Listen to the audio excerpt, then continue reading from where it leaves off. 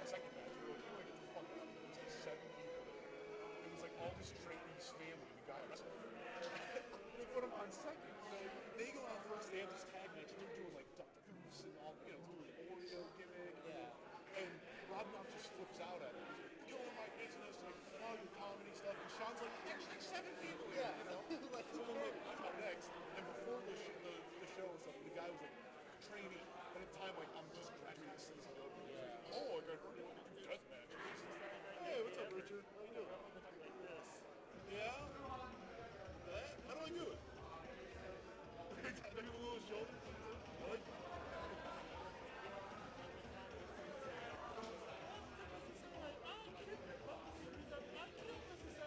That's true. I did it.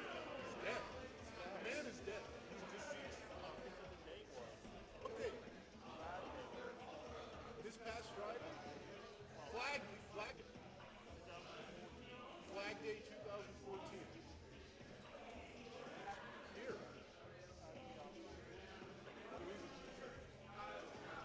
They come into the PSW show.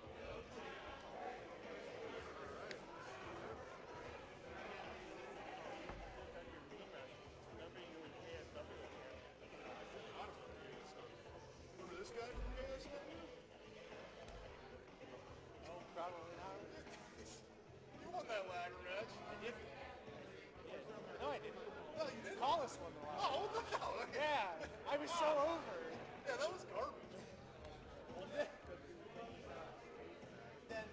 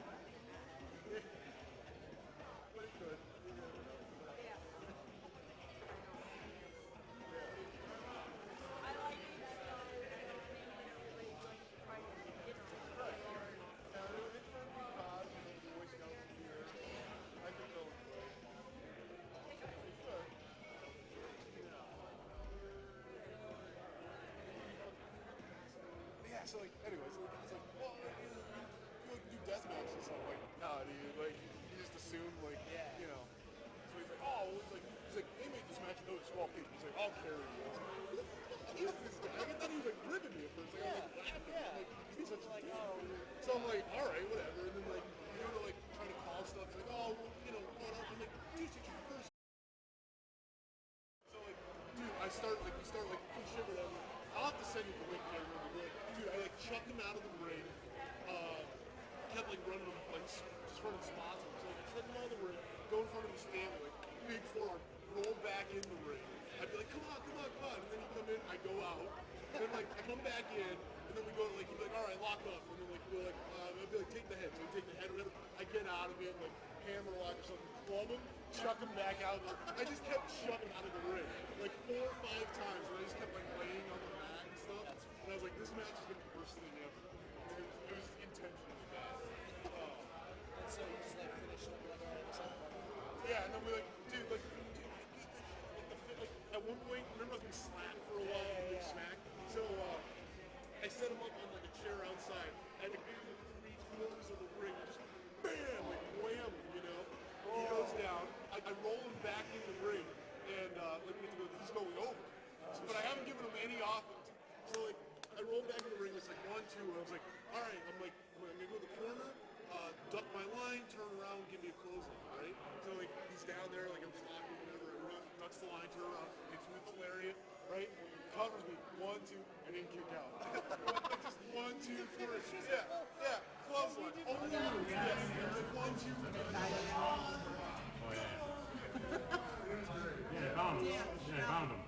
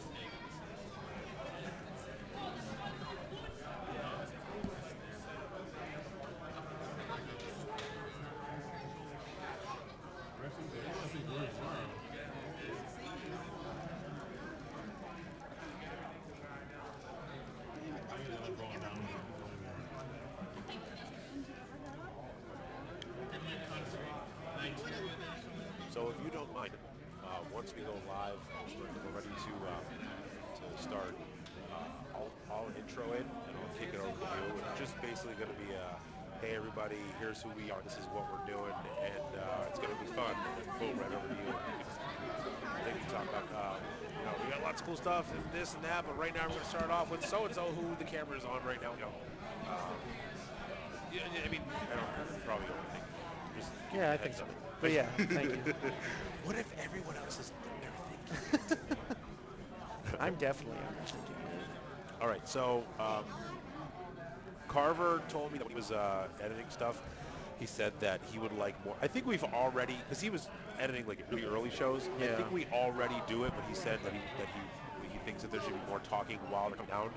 Like we've been keeping quiet while the intro's going on, or like while they're going out, like we stay quiet until the bell rings. And he says that there's a lot of dead air and kind of boring. So I think we should just continually talk. Okay. Maybe if the announcer is doing something that's important that we need to pay attention to, that's one thing. But if they're doing like if you're doing coming to the ring, blah blah blah, I don't think it's going to be a big deal if we just say, oh, there he is. Let's just use our discretion. Okay. If it makes sense to talk over him, then we'll talk over him. But if it makes more sense to let him, it's going to be real quick. I'm wondering if that was even the show too that we did where he couldn't play the music and do commentary at the same time. Could have been. So Absolutely, he wasn't could have starting been. recording until they were in the ring. Speaking of which, do we know if we're recording? I guess, John, can you hear us? I don't know. If John, clap if you can hear us right now. Blink twice.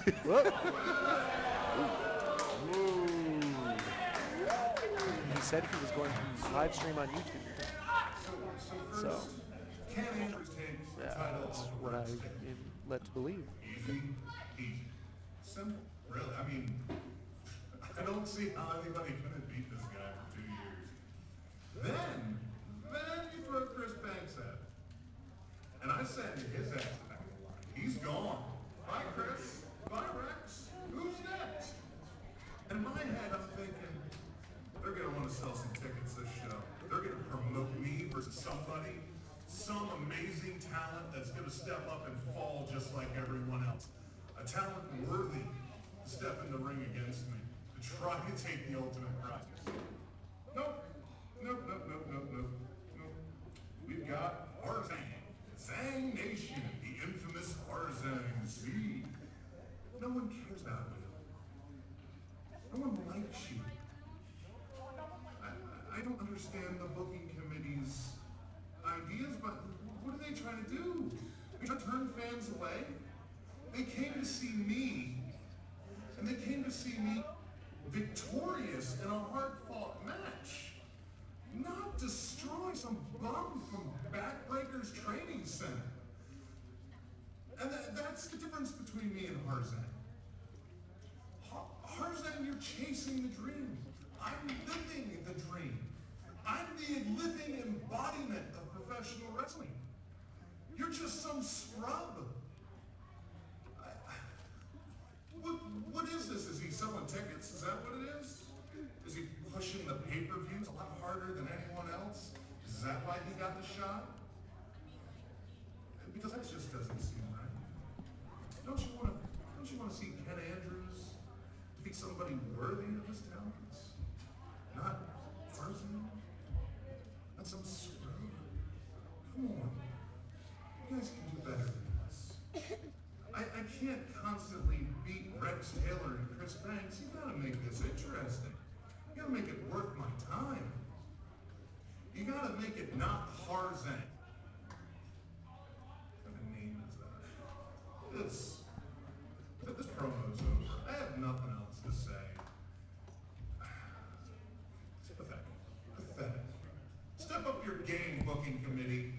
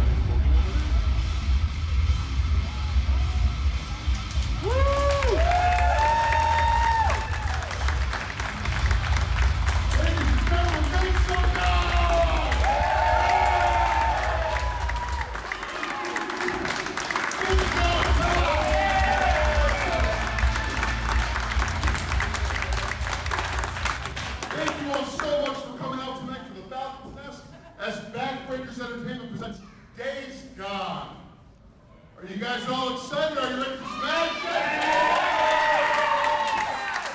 Thank you all so much for coming out to support us. Real quick, I just want to let you know, my name is Stan Hoppel. I will be your ring announcer tonight. I'm also a stand-up comic. I'm also a huge wrestling fan, a giant wrestling fan. I've been a wrestling fan my whole life. And I gotta be honest with you guys, wrestling is a lot like comedy and a lot like being a musician. You travel around the country for very little money a lot of times because you love doing it.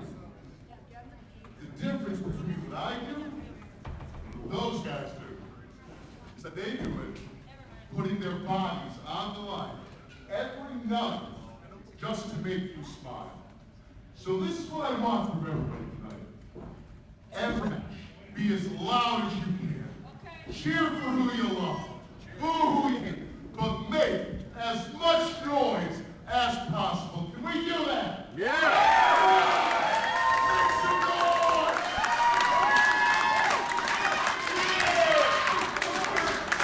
Excellent success. What do you say, guys? You ready to get the show started? Before we do, I'd like to ask you all to rise as you play the national anthem.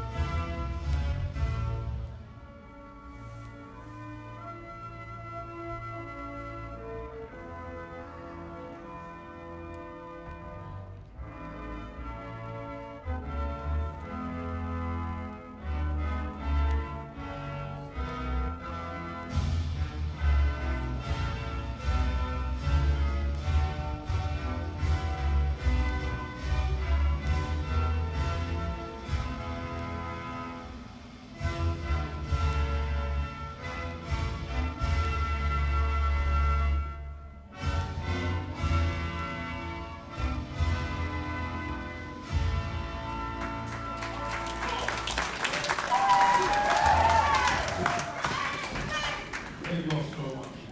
All right, guys, are we ready for the first bout of the night? Yeah!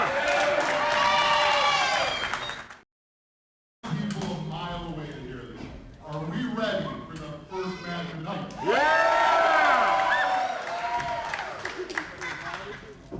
Your opening contest is scheduled for one fall. One fall! Making their way to the rings first.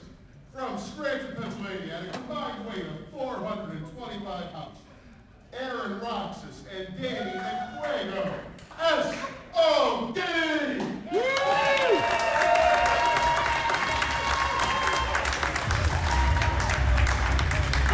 Stormtroopers of Death are here?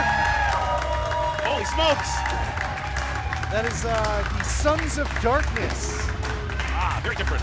Regardless, welcome everybody. Thanks so much for joining us here with Back Breakers Entertainment Fight TV. My name is Peter Malone, joined as always with Jordan Loftus. So happy to have you here tonight. We got the action here. Starting off with the Sons of Darkness. That's right. The former teammates of C.R. O'Malley. Right, since the dissolvement of the Crusade as we knew it, still around, but in a completely different form. Since then, these guys have decided to put even more emphasis on their career as they go on their own in the tag division. Aaron Roxas grabs the mic. Alright, it's come to my attention that apparently our opponents at Sambo show had some travel issues or some issue like that, they're not going to be able to make it tonight. Sambo show, no showing. Wow. Sambo, no show. Once again, for some reason, nobody wants to face us. First, somebody. First, Dark Nation was supposed to face us.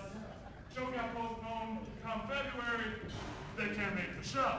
Now, Sambo Show, for some reason, cannot make the show. That's right, this is his executive team. For some reason, it just keeps happening that nobody wants to face Aaron Roxas and Danny Fuego. He's got a point. So he wants to step up to Danny Fuego, Aaron Roxas, the best tag team in Backbreaker 17. Look, I appreciate Sunday. I really do. But the reason no one wants to face us is because you're a terrible wrestler and a terrible partner. Coming out of left field, Aaron Roxas. Aaron Roxas, his friend, his teammate. Roxas and Danny Fuego, part-time training partners, travel partners. Okay, we're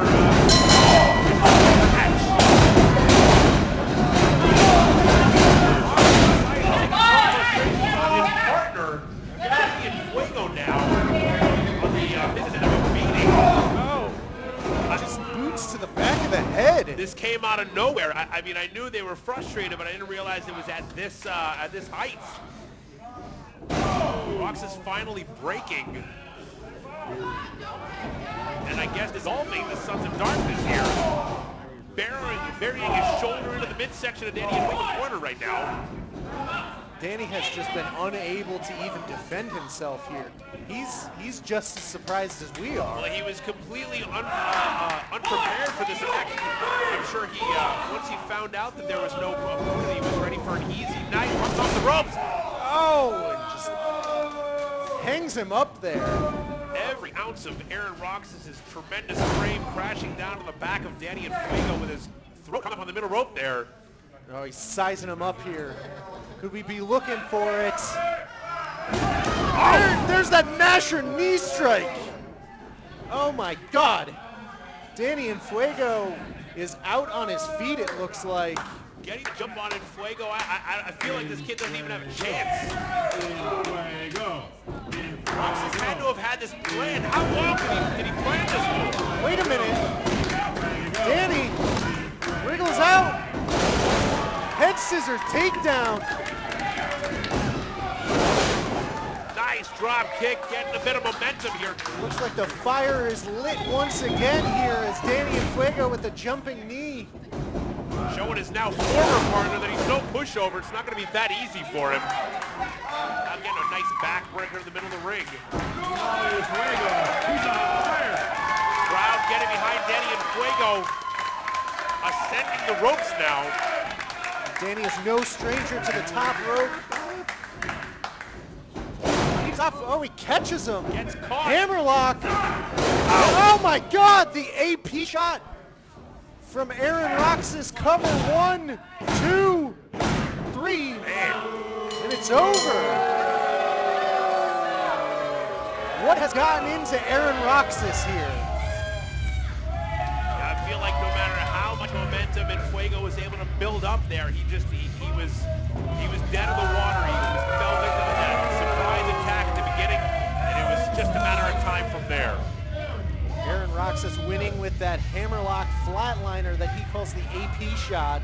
I was talking to him a little bit earlier, and he alluded to having some tricks up his sleeves, but I didn't expect this. I don't think anyone did. Well, now I think it makes a little more sense now that we've seen what his plan was.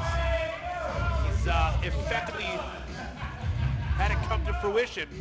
The SOD are no more.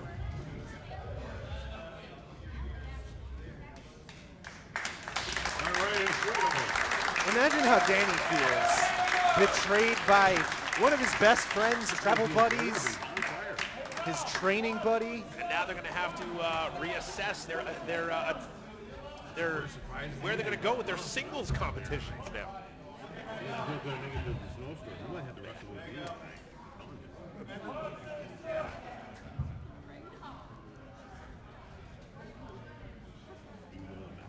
Careful, cut that one. That's terrible. Oh. You want to take the intro on this one? Ladies and gentlemen, your following bout is scheduled for one fall. One fall! Making their way to the ring first, weighing 145 pounds, from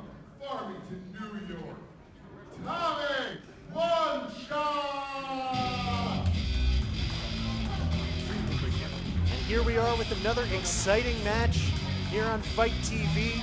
My name is Jordan Loftus, joined with me, as always, Peter DeLong.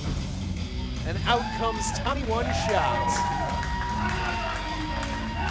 He's not your typical cruiserweight. Certainly not here in Mayfield, Pennsylvania at the Falcons Nest. Backbreakers Entertainment putting on another heck of a show. Tommy One Shot from upstate New York coming down, allowing us to witness his incredible talent in that ring.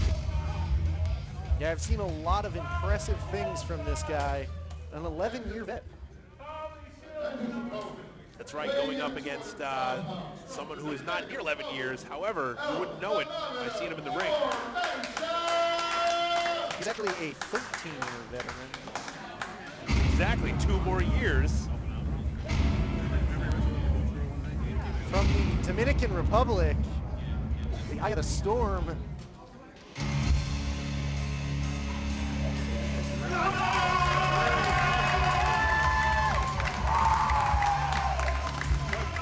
The one and only luchador in Backbreakers Entertainment right now, El Phenomena Tormenta, which translates to the Phenomenal Storm.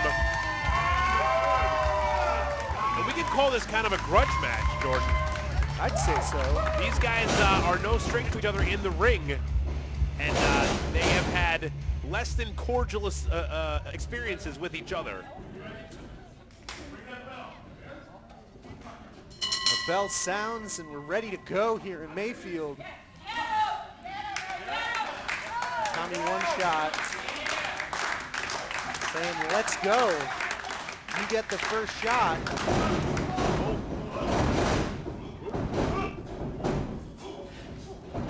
Oh man, fast pace action right away. Misses the punking.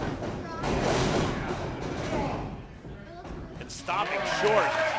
That just goes to see some serious control there by Tommy One Shot with his strikes. He's looking for an opening. That's right, Tormenta also saw what was coming. He stopped short as well. These guys have been watching their tapes. They've been keeping an eye on each other. Oh! Tommy One Shot knocking away the handshake there. You can hear the yells of anguish from Phenomena Tormenta. Now taking that nasty chop in the corner. Tommy One Shot, oh, reversal now. Back elbow.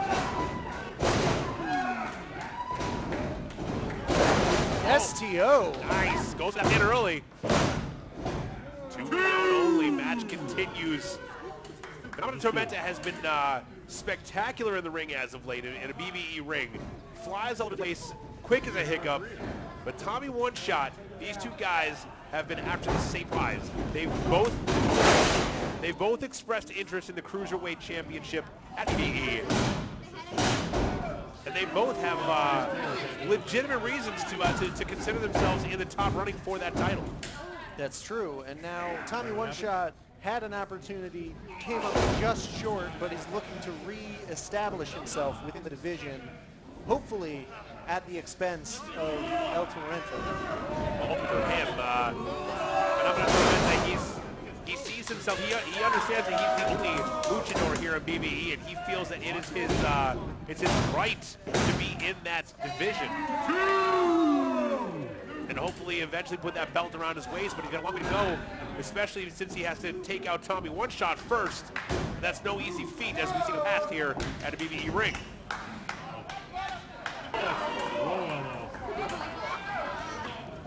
Needs to capitalize. Oh, all the way up! Oh, God! Just barely gets his feet up. Didn't quite get it all, but had enough just to get the momentum to fall forward. Tommy One Shot. Looks like he's checking on a tooth there. Oh, no.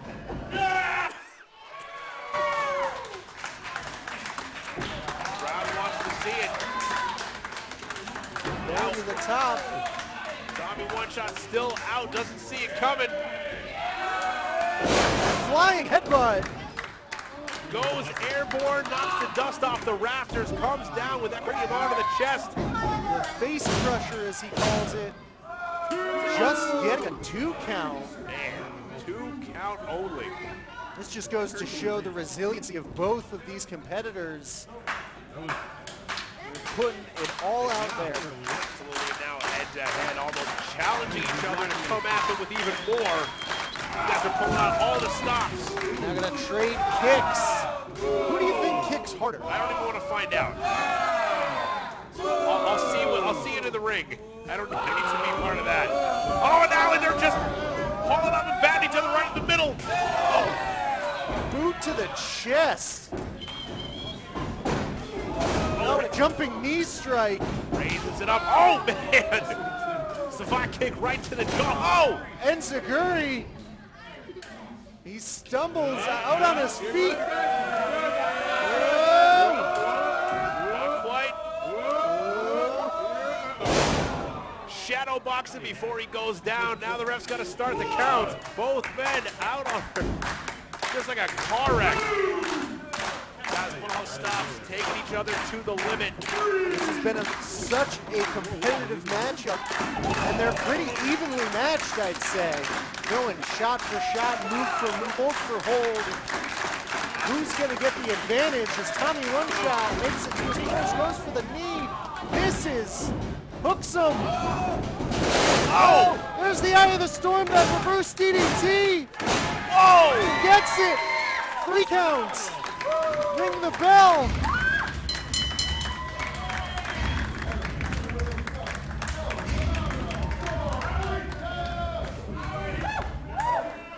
Both men knowing what was on the line, climbing up the ladder in the cruiserweight division, both needing a big win in this situation. Tommy One Shot coming up short. El Phenomena Tormenta puts that W in his column. Yeah, and you've got to wonder how soon it'll be before we see him challenge for that Cruiserweight Championship.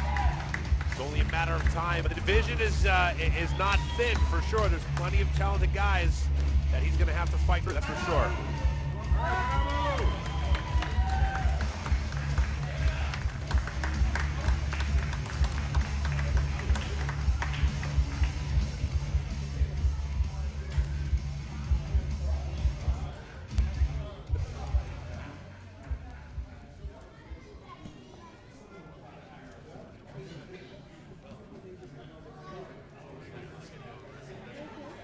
Appreciate it.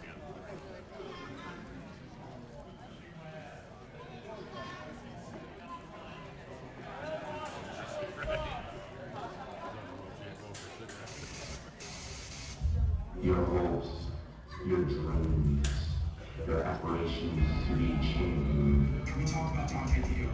I am the one and only Backbreakers Cruiserweight Champion. Dante Dio has been cheating his way out of every single match he's been since he won that championship. I was in all of those matches. I'm never going to give up this championship. There's one more match, one more. Dante Dio split Sterling for the Cruiserweight Championship. I will never be defeated. But there needs to be some sort of stipulation, some way where he can't go and cheat and just take the counter's way out. You know what? I'm gonna give you your match. I don't care what it takes, even if it means busting open Split Sterling head all over that ring. I get it.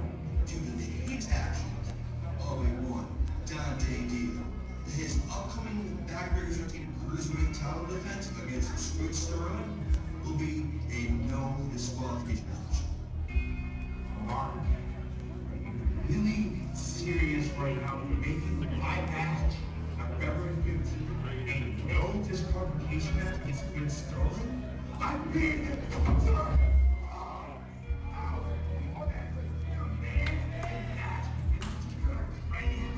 I have defeated competitors who don't even deserve a shot at this title. So when you can go ahead and party it up now, you got the match that you wanted.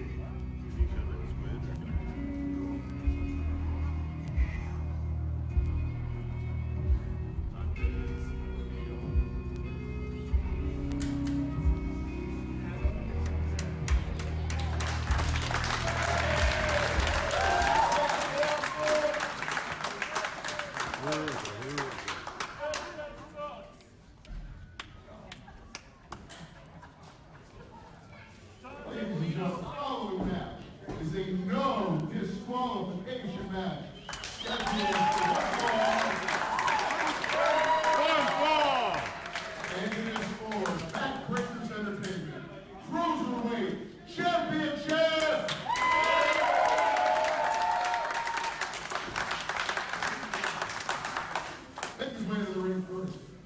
Hailing from the Valley of the Forgotten, weighing in at exactly 170.184 pounds. He is your Creators Entertainment Cruiserweight Champion, Dante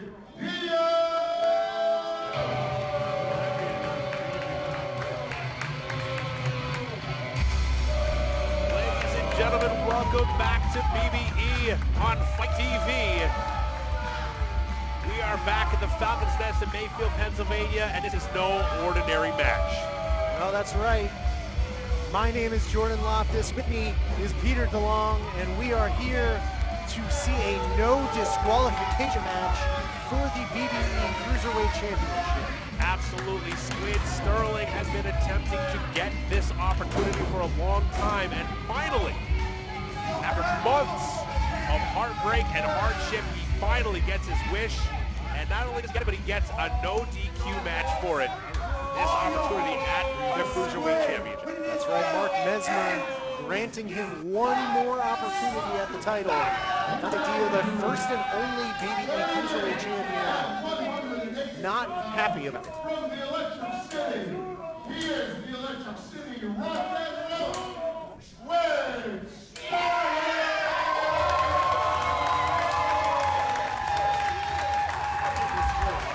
Squid Sterling coming back to action this past July after being out for 4 months with an elbow injury, having to give up the BBE Heavyweight Championship because of the injury. Since he's been back, has been on a tear, looking to put gold back around his waist, and he feels like he has that opportunity, the perfect opportunity tonight.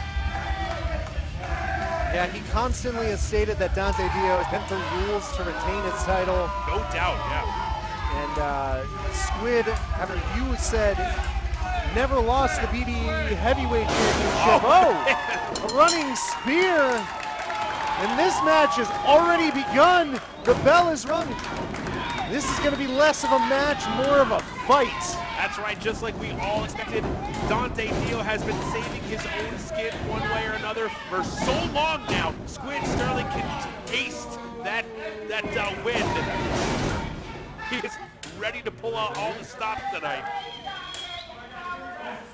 Now the action right in front of us here. Nowhere to run, nowhere to hide, no rules, anything goes. That's right, no way to disqualify yourself so that you lose the match but keep the title. Oh, man! Hear the viciousness in that shot. Squid said that wasn't enough, he wants another one. And the crowd agrees. Oh! Squid Sterling attempting to chop directly through the sternum of the Cruiserweight Champion here. It's perfectly legal. Perfectly legal, gets a chop to the throat there. You get a little bit of distance between himself and the challenger. Dante Dio. Misses the elbow drop. Saw it coming out of the way. And Dante Dio begging for mercy. I'm surprised Squid's giving it to him. You can't give this guy a second. It's not going to go well for you, Squid. Oh! There's a super kick. I spoke too soon as Dante Dio was sent to the opposite corner now. Oh, Squid. Like a madman in there with a bulldog, front-face bulldog there. Yeah, smile on his face. 1, 2. You can tell he's been waiting a long time to get his hands on Dio. And he's ecstatic to finally have that opportunity. As now he props him back up into the corner. Not only would Squid become the Cruiserweight Champion, he'd be the first Heavyweight Champion to do so. First man to hold both the Heavyweight title and the Cruiserweight title here in BBE. But Dio saw his opportunity. Squid was in the crowd just a little too much, and Dio saw it. Got out of the way just in time. Oh! Rude awakening type neck breaker there. Dante Dio claims to be the last hope of the Cruiserweight division here in BBE. Dio, although he is a dastardly individual, he does not have that title because he he's a weak or untalented individual. He's got educated feet, he's got an extensive martial arts background. Dante Dio is a big deal. It's just unfortunate that he has to employ underhanded tactics to keep that title around his waist. This is the perfect example of the no disqualification rule. He could choke him in the ropes for as long as he wants. There's no 5 count being utilized. The referee has an easy night tonight. Just on this match anyway. Squid trying to fire back, but Dio just stomping him into the ground there. Oh, huge right hand. Oh, followed up by a super kick. Right to the jaw. Squid Sterling down. Thought he had his opportunity to cover. Gave the advantage. And notice the way that Dio positioned his body over the shoulders and upper body of Squid Sterling in order to keep his shoulders on the mat for a 3 count. That's right. Not only is that an excellent way to keep the shoulders down, it also requires Squid Sterling to get a whole lot of momentum and energy to get those shoulders up. And when you're in a match like this, you won't have a certain amount of pressure to give up. Once it's gone, you're not getting those shoulders up again. You're now going for his corner to check out his ensemble. Exactly. He's pulling something out. He's got, looks like some wrist tape there. He came here with a plan. And he's been targeting that lower back of Squid Sterling this entire match. He's going to choke. Oh, wait a minute. Dio now resorting to basically handcuffing Squid to the ropes, just taping up his hands around that top rope. No.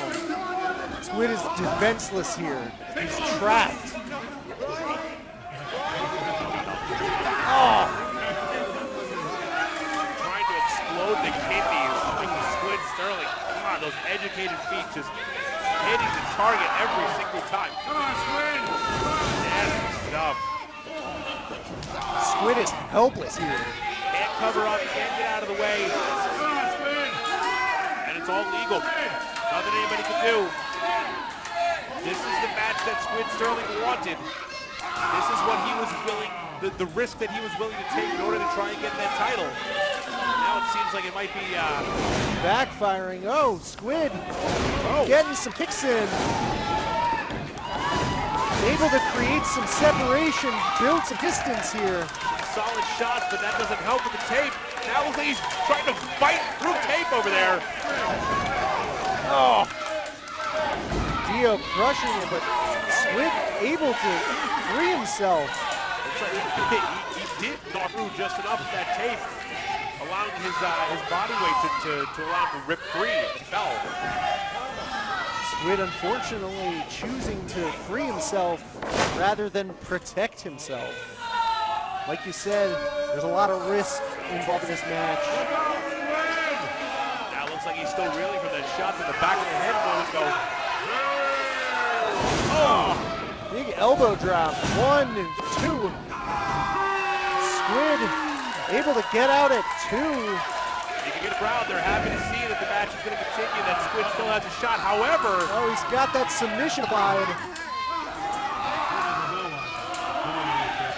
Nasty stretch, stretching out the neck and the shoulder. If he gets Squid to roll over on his belly, he could be over, but no! Rolls Dio over, gets the shoulders down, a 2 count only, but it did force Dio to relinquish the hold. Oh. And back to that lower back. Out here in Mayfield, firmly behind Squid Sterling. Once again, kicks, taking out the thigh region.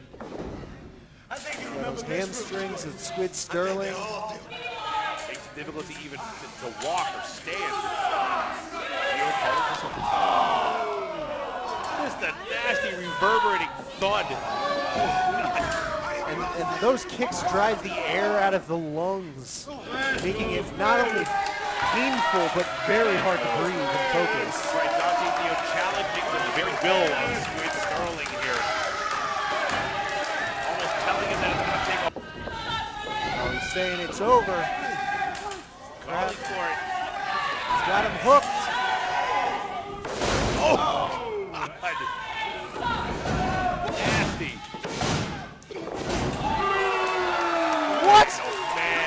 thought he had it on that one.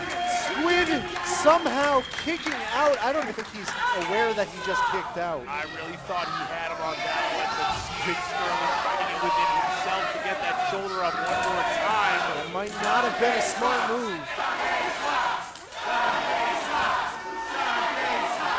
The crowd here in Pennsylvania letting Dante Dio know exactly how they feel about him. Squid fighting back with a chop. Dio keeps fighting off, just can't seem to get momentum going. No reversal, Dante in the corner. Oh! Face first into that second turnbuckle. I know Squid tripped him or Dante just lost his footing. Oh! Raises that knee right to the jaw champion. Sterling feeling it, but he can't capitalize. He's still hurt, still feeling that punishment from earlier. Pick him up. Oh, an elbow to the back of the neck. Oh, and spikes him with a DDT. Nasty shot right into the ground. Squid's head. Hook is down. No 10 count here. No disqualification here. Right, Squid's really no doubt having to shake the stars off in that last one, but he's getting up.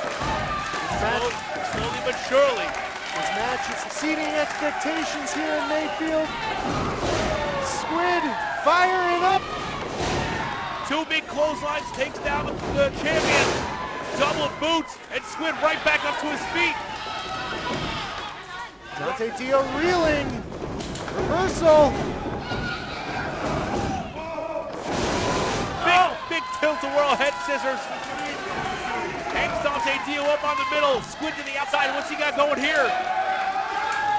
Oh! Just a punt kick to the face of the champion. Dante Dio's reeling. Sterling on the inside now.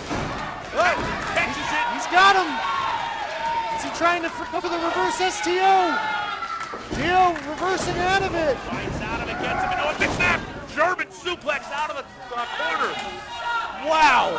Squid Sterling just collapses. Dante Dio looked like he was coming in with something. Shoots the half. 1, 2. Oh, and what? Wow. The heart of this kid. Dante Dio really questioning what he needs to do to put Squid away once and for all. Send him to the back of the line. But Squid not giving up. That's right, Sterling's not ready to throw in the towel just yet, as now the champion grabs his prize from out of the corner. And again, as we mentioned before, this is all legal DQ match. Wait a minute. Looks like he's trying to get out of here. Says he's leaving. Oh! You don't put the ref! Especially not the ref here at Backbreakers Entertainment. He doesn't take your guff. Squid. Sterling on the inside. Pulls it back in. Whoop! Oh! Look at the bridge. Cover 1, 2. Oh, man. I thought that was it. Squid almost had him there. Dio still got the belt in hand, though. Watch out! Misses. Kick to the shoulder. Cover. 1, 2. Champion gets that shoulder one more time. Squid Sterling now feeling it. He can feel that belt approaching his very waist. Crowd in Mayfield chanting his name. Dio barely conscious on the ring right now. Squid! Springboard! Oh! Misses the moonsault. Looks like he got the back of his head. The man hit the wrong spot. This is second. Oh! God, Shiny Wizard to the challenger. 2. What? Squid somehow kicking out. Unbelievable. The amount of resolve coming out of this kid tonight is nothing short of incredible. Squid Sterling has taken such a long road just to get here. What he is showing us here is absolutely phenomenal. Dio now in control. pulling up the challenger. Signaling for the end. This is going to be the finale. Final flash, but no. Squid counters. Oh, knee to the gut. Cuts him off once again. Dante Dio in control. Kicks to the sternum. Possibly going for another DDT. Swinging. Wait. Bites out of it. Reverse STO. No. No. Dante Dio counters. Has that previously injured elbow. It's in trouble here. He's reaching. Attempting to pull him up. Oh, wait. They're fighting. Like I said earlier, this is a fight. Just raining down haymakers now. Tensions are so high here. Now attempting again, but into the corner. Sterling buries his shoulder. Dio barely able to stand up on his own volition. Squid lifting him up, sitting him on the top rope. Moving the leg to the outside. Squid Sterling can feel the opportunity coming to fruition. He can feel it happening. He's so close. He wants to be the second cruiserweight champion in BBE history. This is his last opportunity. He's pulling out all the stops. Now Dante Dio fighting back now. Has to let go. Dio off the top. Oh my God! Inferno off the middle rope. Could that be Squid Sterling's dreams coming to a crashing end now with the 1, 2. No! Squid has gotten the shoulder up yet again.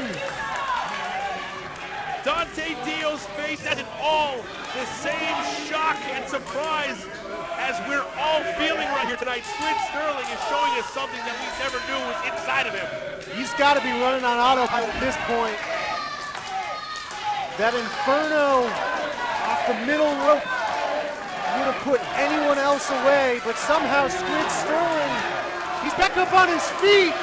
He's back up. There we go. STO. The calamari clutch. Squid's got the calamari clutch locked in. Dante Dio has his foot on the ropes, but it doesn't matter. It's a DQ match, and there it is. That's it. Dio taps out. Squid Sterling is your new BBE Cruiserweight Champion.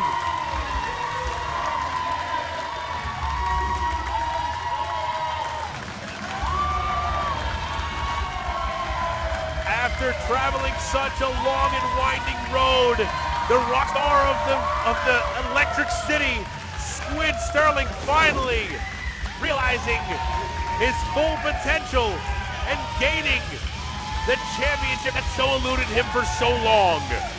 From the shattered elbow and missing so much time, having to relinquish the BBE Heavyweight Championship, to returning hard-fought victory after victory, getting opportunity ripped away from him time and time again, to now becoming the new BBE Cruiserweight Champion. And here's Justin Glory out to congratulate him. What a feeling it's gotta be.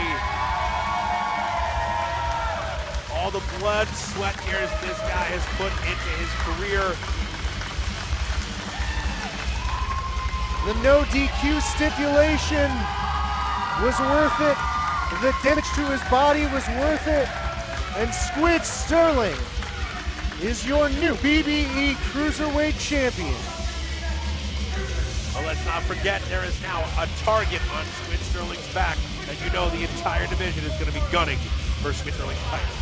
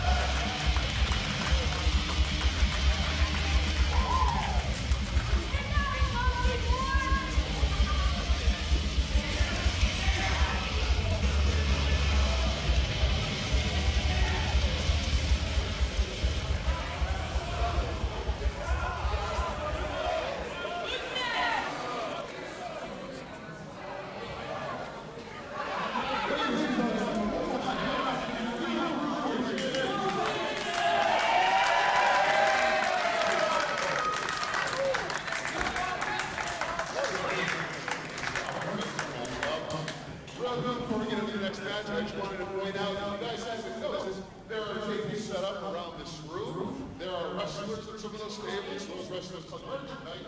You should go over, say hi to them. Yes, sir. Thank you for their hard work and following on that tradition, okay? Your fellow contest. Thank you, my man. Your fellow contest is scheduled for one fall. Making his way to the ring. From this world of misguided mayhem and perpetual insanity, the Mecca of professional wrestling, Becker's Entertainment presents the Madness of Trip.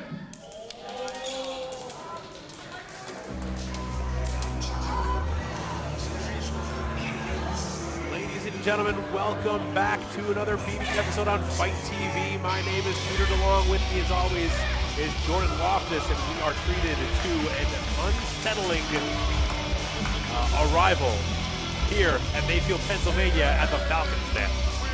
That's right, the madness of Trip. To BBE,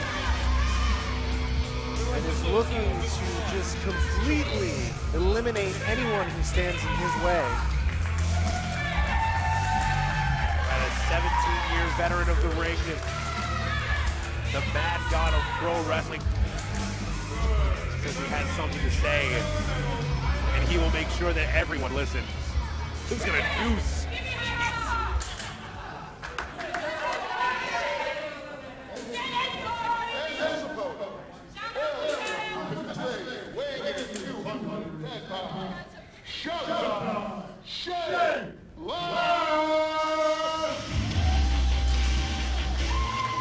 Here comes a guy, he's a 20-plus year veteran on the independent scene. Showtime Shane Black making his Backbreakers Entertainment debut. Right, if you've followed any kind of professional wrestling in the northeastern Pennsylvania circuit, you know this guy's name. He's been up and down the East Coast for quite some time. It's very cool to have him here in BBE. He's also Joe Sposto's favorite wrestler. I don't know if you knew that.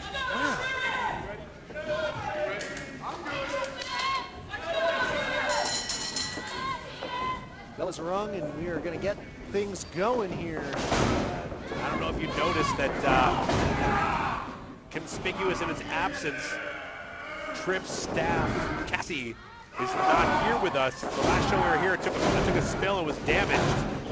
From what I understand, it is high on a mountaintop, being seen to by the Mystics of Madness, while they lay their dark, evil hands upon it to repair and replenish its power. However, we can see, I don't think Trip even needs it. Just throwing Showtime Shane Black around like a rag doll here. And Shane Black is not a small man. I could honestly say I don't think Shane Black is ready for the madness of Trip. Well, I mean, how do you get ready for the Trip? I mean, say you're told, right, hey, in 6 months you have a match with Trip. That's still not enough time to prepare yourself to be a ring man. The man is so unpredictable. Pure insanity. I don't even think Trip has a plan when he gets into the ring.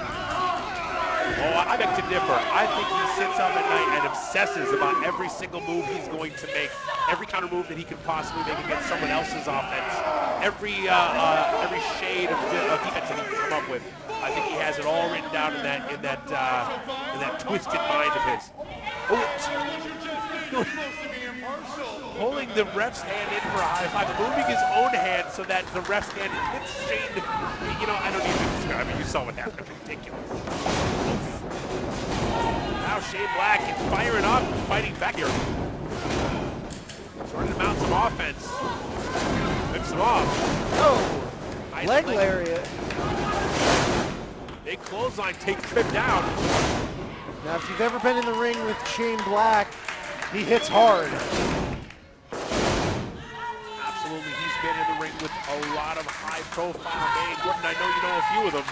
Yeah, he was actually trained by Afa of the Wild Samoans, but he's been in the ring with the likes of WWE future Hall of Famer Batista, Christian, and even The Rock. Right, and a guy like that is going to pick up every single bit of knowledge from every second in the ring with guys like that. He's just a wealth of knowledge. Having been in the business for so long, he knows all the tricks.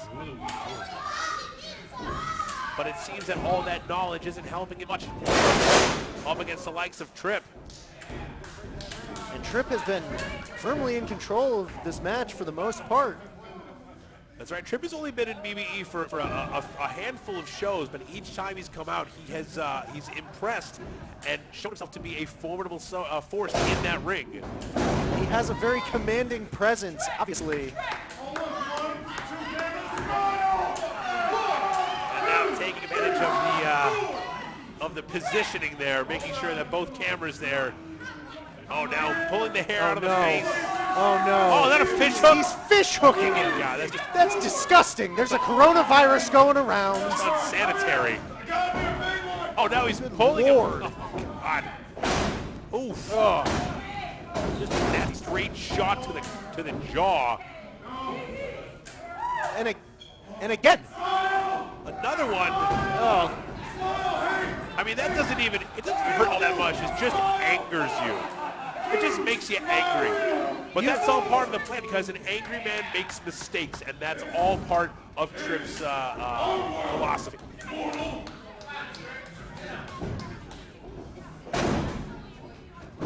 Tripp was very sure to mention that he's mad that he beat Harzang in the past, but yet Harzang's the one who gets the BBE title shot. I mean, he's got a point.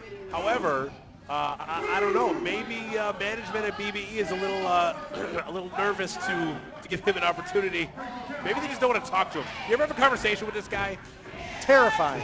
Incredibly so. Oh! Misses the chop, and the hand hits hard on that steel post. Got out of the way just in time, and Tripp just wrapped his very small hand bones around the post there. Oh, now Shane Black taking advantage now.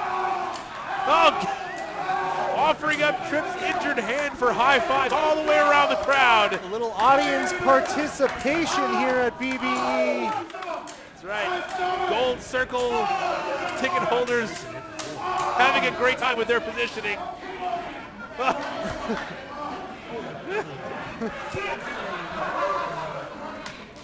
Oh, getting one last high five in of his own as Shane Black taking every advantage he can while he's on the outside there. Rolling Tripp back to the inside. Match continues with Shane Black on the advantage. And on the offense, he sends him across. It's that buckle hard running knee strike there. Looking for a cover. 1, 2. Knee hits the target, but was not enough to keep Tripp down. The shoulder comes up. Shane Black at least getting a little bit of momentum here, shaking off the punishment that he's been taking. Showtime Shane Black looking for that showstopper super kick. Whoa. Almost as Tripp pulling the referee in front of him. That experience of Shane Black, any rookie would have just followed through with that kick, but he saw the zebra get in the way and pulled back, didn't want to hurt an innocent man. And although he was taken advantage of in that situation, now back in offense is Shane Black. Well, Tripp taking a few knees to the ground. Oh, innovative offense by Shane here. Getting that spinning heel kick right to the middle of the back of Tripp now. As now he gets that injured hand right down the canvas and stomps on it. Shane Black is sure to not let anyone take advantage of him. Oof. And Tripp lulled him into a false sense of security, let him pick him up by the head, and then came down, used his own momentum. Jawbreaker there. Oh, gets that twisted clutch. Man, big twisted clutch exploder.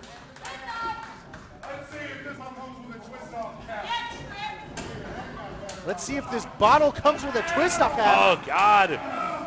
A neck crank. Shades of Zeus versus Hulk Hogan. Tripp trying to twist Shane Black's head right off his shoulders.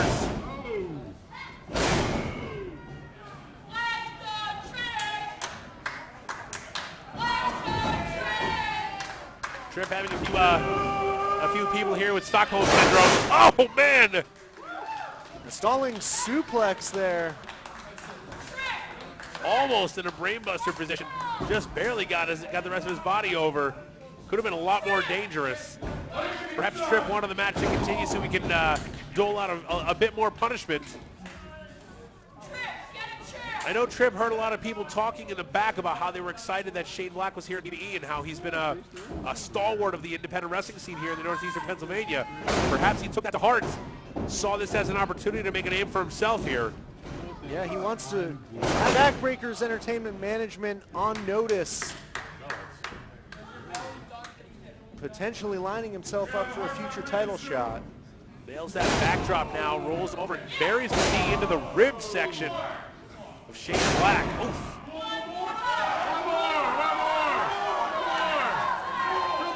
Looks like cover. Elbow in the face of Shane Black, and almost looks like some of the crowd is being won over by Tripp and his antics. It's almost like Tripp has some otherworldly powers of maybe suggestion, manipulation, turning the crowd into fans. Regardless, Shane Black up on his feet now. Oh, vicious chop. And a second one. Back on the corner now. Oh, Shane saw it coming, blocked it, and gave him one of his own. Shane answering back. Chopping right through Tripp. Now, quick snap there, reverse it into a kick. And Shane, the popular streamer on Twitch and Facebook, the leader of the Bloodsword 6 streaming channel. The show must go on with the headbutt. Saying he was in the lower midsection. Referee checking on him, making sure it wasn't too low. Now with the pin. Oh! Tripp raking the eyes, but I don't think the referee saw it. Tripp knew in the position he was in. We talk about Shane Black being a wily vet. Tripp is no different. He knows some dirty tricks of his own, and now he's going up to the top rope. Make it middle, setting himself up. Oh, missing with that big elbow. Took too long to... Nobody's in the pool. And now Shane Black now go to the top rope, it looks like. Shane says that's a good idea. I think I'll try it myself off the top. Elbow. And Showtime Shane Black hesitating there instead of going right for cover. I don't know how smart that was. Well, both of them have been taking a lot of punishment throughout this match. You can't believe that they're at 100% at this point. That's true. Shane probably trying to get his wits about him. That's right, fatigue setting in as the match continues. Shane Black in control.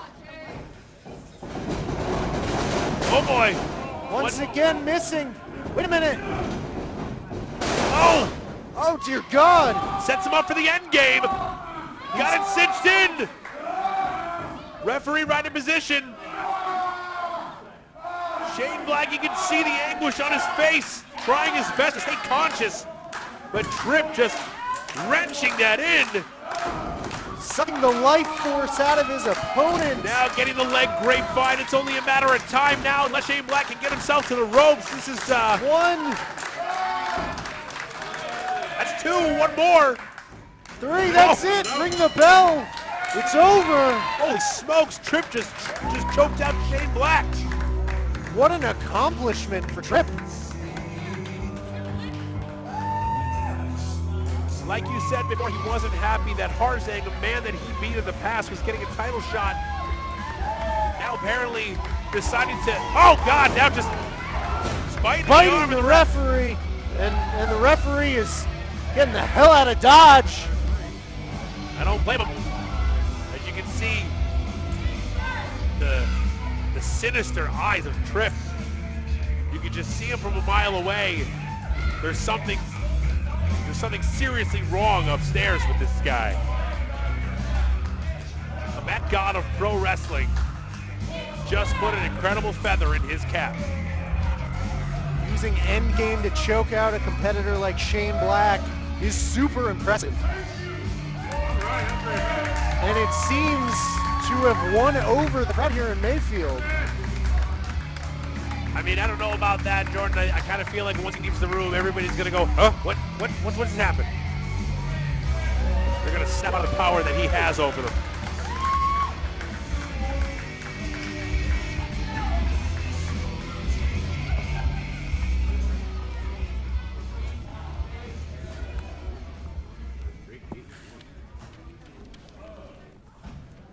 All right, Dan.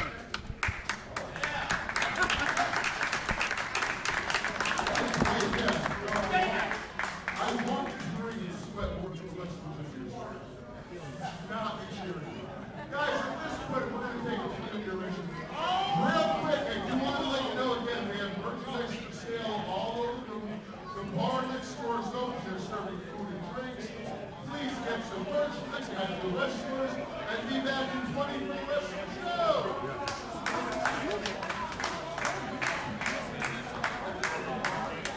And don't forget, we have an exclusive club.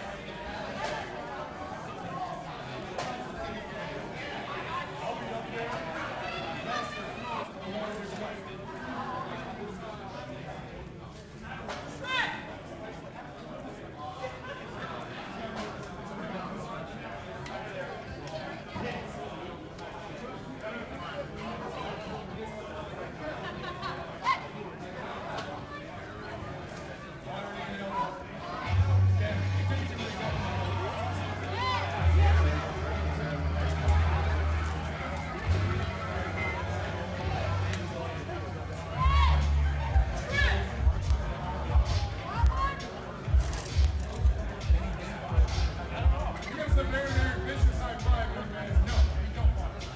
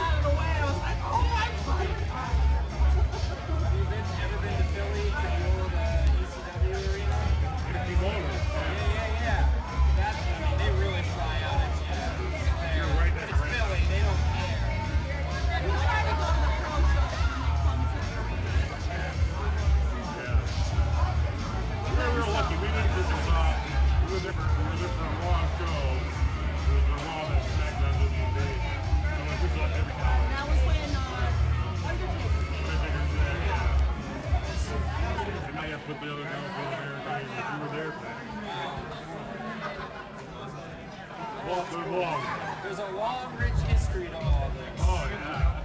Really. I'm watching Trip.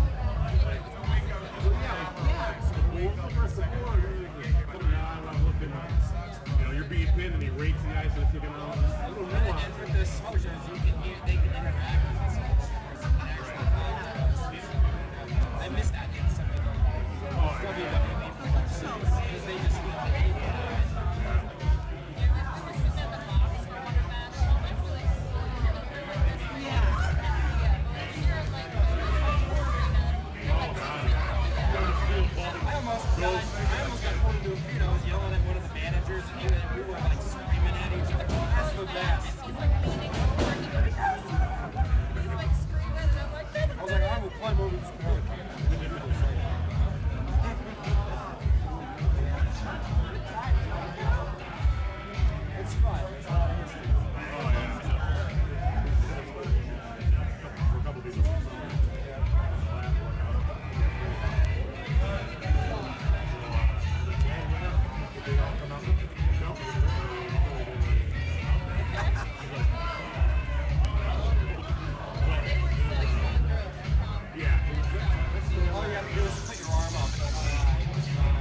Taylor and somebody else. So, like, it was a different shot. And when it came in, I was in the middle, like, I don't know why you're doing it. Okay. I was going up. Did you ever watch Lucha Underground while it was going on? So Cage, Brian Cage, he's going by now. You know what I'm talking about? The really big guy. I saw him at a House of Dark Horse show at Philly. The dude is massive. And we were like, should we go get a picture with him? No. Very intimidating. Is he? I don't know. AEW started and we kind of gave up on WWE stuff. So. He was Cage was the guy I remember Brock Lesnar going, oh, big boy. Oh, yeah. So is he NXT right now? Okay, because there's a lot of rumors fly up. Like I said, I haven't picked up the WWE. Yeah, he just came out in the Royal Rumble. He is a big guy. And is impressive for being a big guy. Yeah.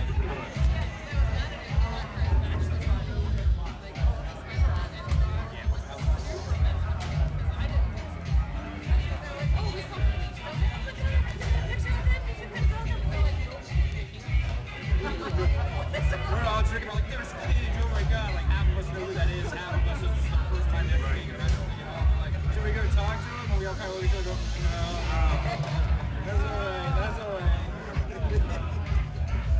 Yeah, these are really cool. Like, a lot of imagine.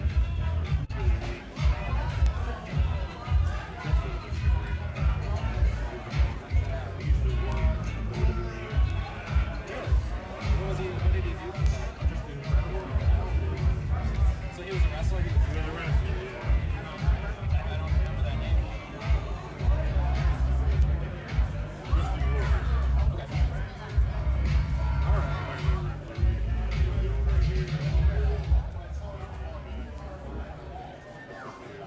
Well, he looks familiar. Yeah, right? I don't remember it.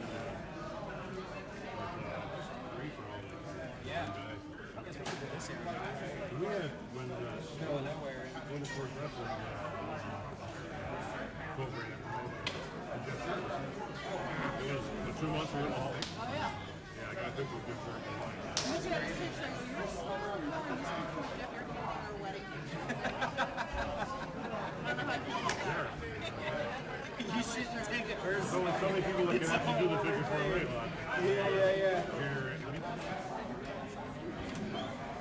We're having fun though. I'm glad that the second match had a lot of good. That was. The moon, let me play. Let me serenade John I think Wow. it was tired. We got the whole match. Never mind, sorry, John. In other words, hold my head. Hey, you guys do I'm Nick, by the way. Mike, Jimmy, Johnny Taka kiss me.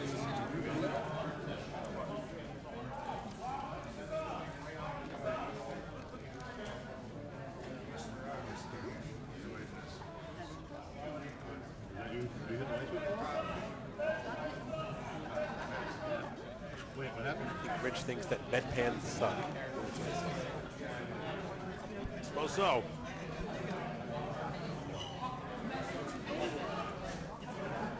I'm good, thank you. Alexander. See, this is going to be the first time we're going to be able to work together. I promised myself something. This is me. This is a new me. This is a new attitude.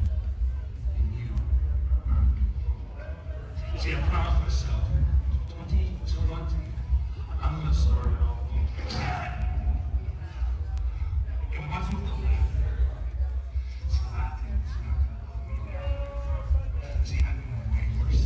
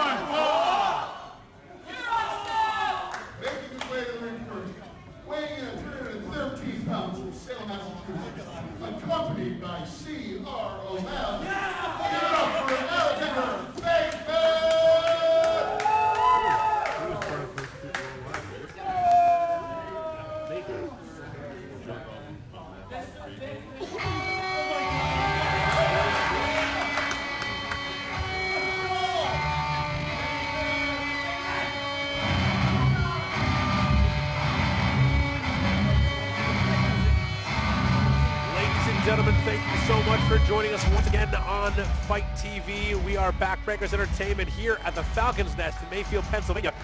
My name is Peter DeLong. With me, as always, is Jordan Loftus, and we are off to a dastardly start here. The psychopath of BBE just got back from returning some videotapes, and this time he has C.R. O'Malley in his corner. Still no explanation as to why C.R.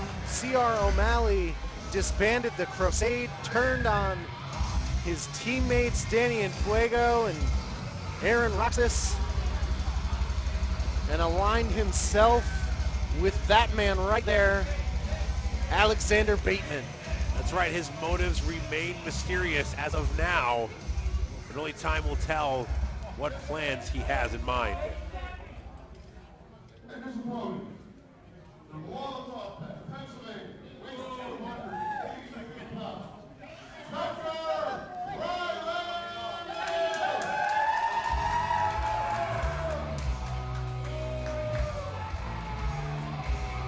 And Tucker Riley, the blue-collar brawler here of BBE, has been a bit listless as of late.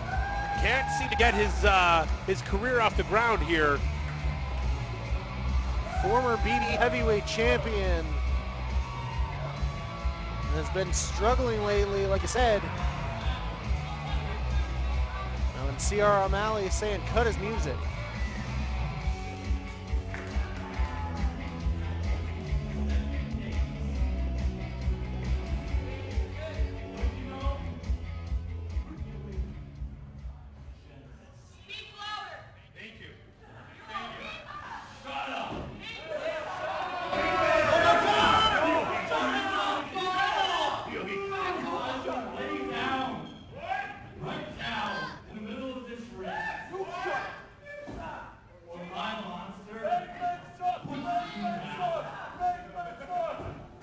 C.R. O'Malley telling Tucker Riley to lay down and take the L,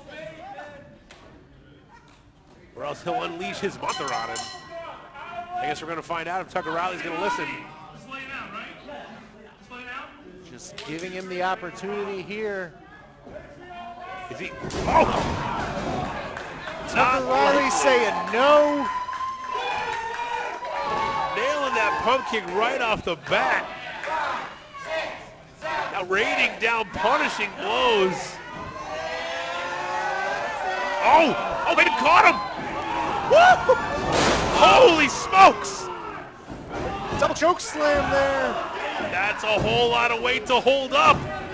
He Bateman just did it with ease. 1, 2. Just barely a 2 count as Tucker Riley trying to reassess his own situation here, trying to come up with a new game plan. Tucker Riley feeling, oh man, picking him up and holding him there. Tucker Riley says no way. Oh my God, and big sidewalk slam by Bateman. Did you see his face there afterwards? It was almost like he was in some kind of like trance. Oh, Riley not ready to give it up just yet. Gets that shoulder up. Bateman taking umbrage with the count of the ref.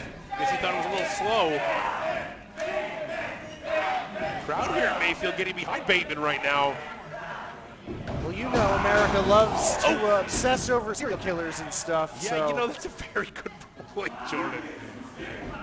Oh! Clubbing blow down to the sternum of Tucker Riley in the corner as Bateman in firm control here. Tucker Riley has just been unable to do anything since the beginning of this matchup. Got that big kickoff, but nothing since then. As Bateman continues the punishment.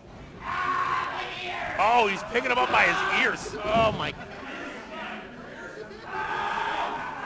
Oh God, 2 hands on 1 ear. Oh my. It only takes 12 pounds of pressure to rip a man's ear from his head, Jordan. I don't know if you knew that. That's disgusting. Is he biting him? I can't quite Biting see. him. He just bit his ear. Oh man, you can see his head, his face is beat red.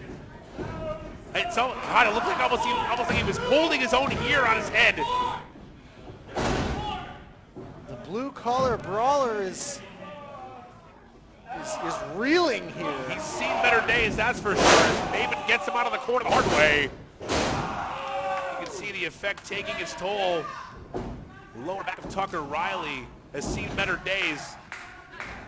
Bateman props up Riley once again, middle of the ring. Has something set up. From the corner. Oh, big cross body.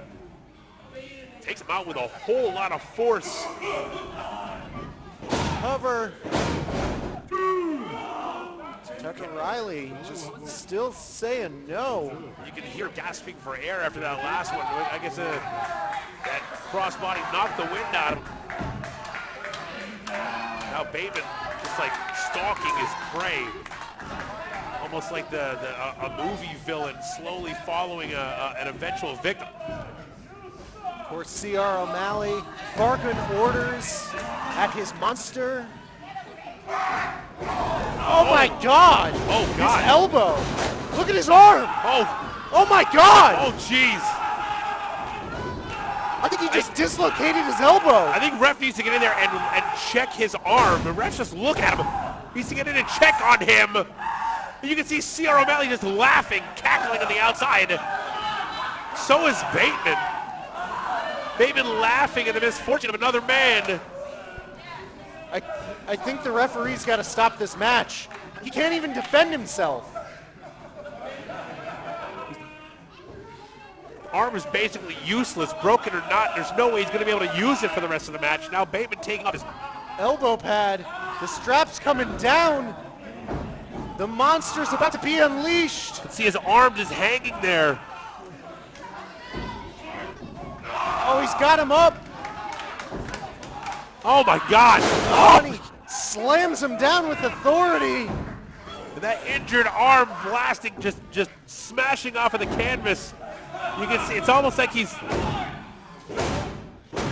I feel like he's passing out from the pain now. He's barely there. You can see it in his eyes.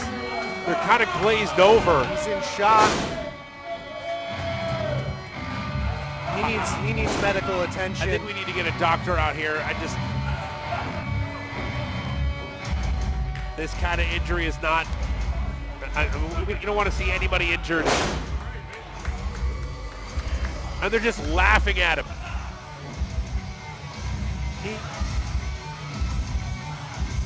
C.R. O'Malley, I think I just heard him say, like, he had an opportunity. He gave him the chance to lay down and didn't take it. Doctor finally getting there to check on him.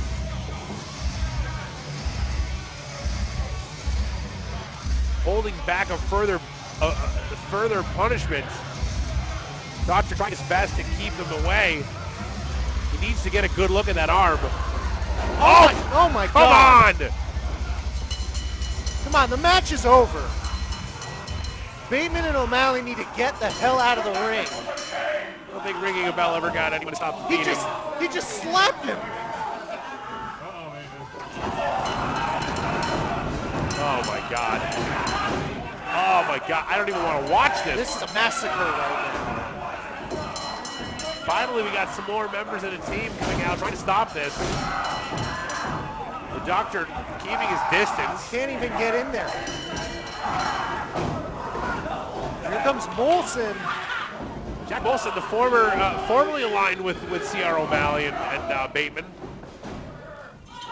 Chasing them off. Running off.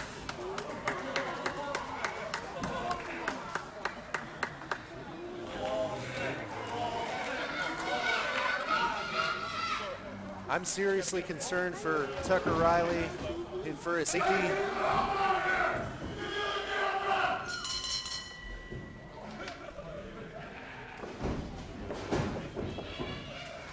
Calling for more hands make less work. He's a big dude, and if he's going to need help, he's going to need as many hands as possible.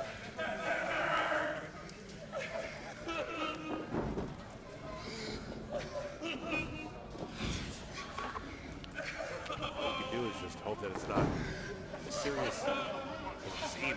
Yeah, to be honest.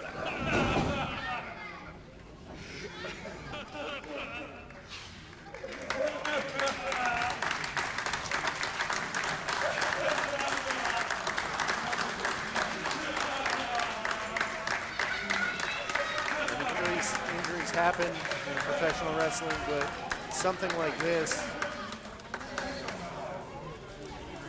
it seemed a little more intentional than anything.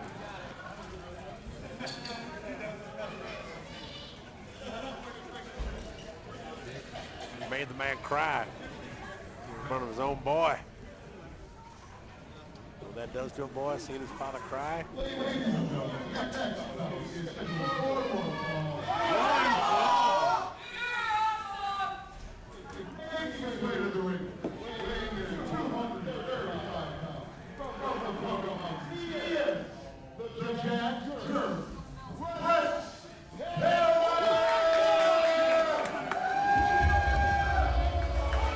Welcome once again to Backbreakers Entertainment. We are here live at the Falcons Nest in beautiful Mayfield, Pennsylvania. I'm Jordan Loftus. With me, as always, is Peter DeLong. And we are kicking things off with Rex Taylor, the jacked jerk, the former BBE heavyweight champion. That's right. Thank you very much, everyone, for joining us on Fight TV. And Jordan, I have been incredibly excited for this match. I mean, what can you say about these? This is, oh man, I can't wait to see what these two have in store for each other. Absolutely. Not only are we getting a former heavyweight champion in Rex Taylor, but we are also getting a former heavyweight champion in a returning Kit Raff. That's right, Kit Raff, honing his craft out on the West Coast, sharpening his teeth and his blades out there, and now returning for the first time in almost 3 years.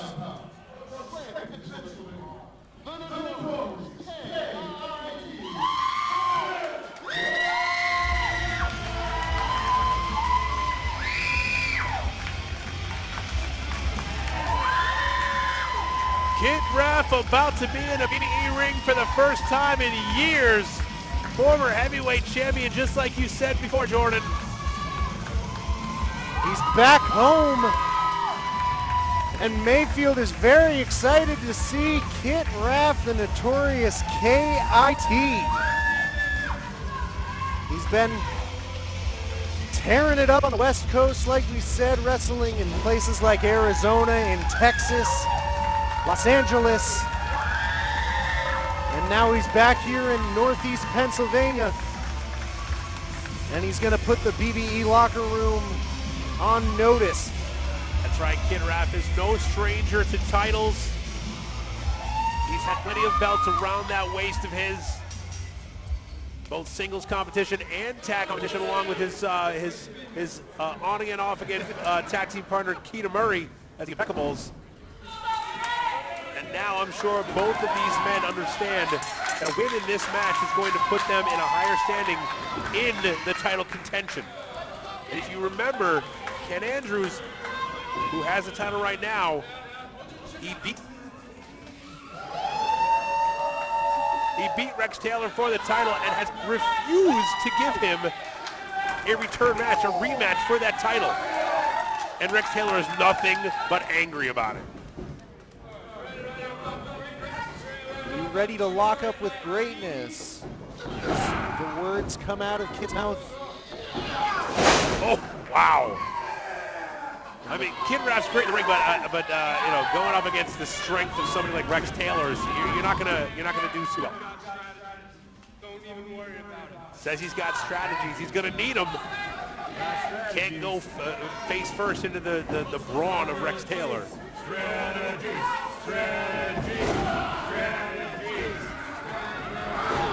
Once again, getting thrown down, and Kit Raff needs to readjust his game plan. He's so big, he says, as if he didn't know this prior. That's right, Rex Taylor was undefeated for over a year with that title around his waist for much of that year. Trying to create some separation. Rex in pursuit. Using his speed and agility to his advantage.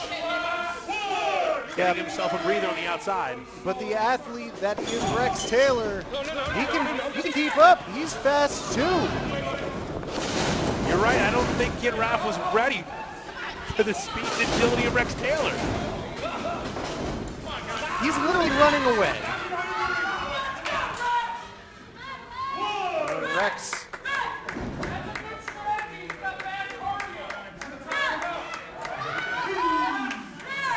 Kid Raff on the inside, begging for mercy. Has that up and asks for a moment of respite. Looks like Taylor's going to give it to him. It's only a matter of time before he gets his hands on him, though, and it's going to be a different story. Kid Raff's going to need to switch up his strategy then. Now ducks a clothesline, up in the middle rope. Oh, but he catches him. Taylor was waiting for him. Whoa! Belly-to-belly suplex. Beautiful form there by Rex Taylor. Launching the notorious KIT across the ring.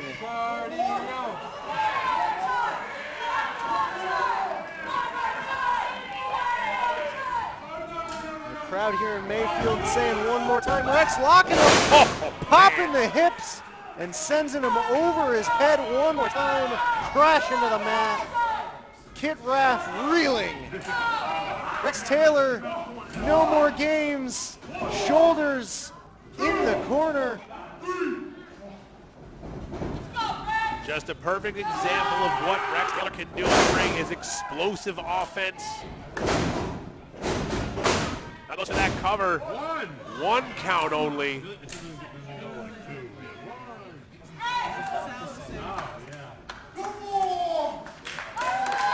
Now Taylor calling for the adulation of the crowd, and they respond in kind.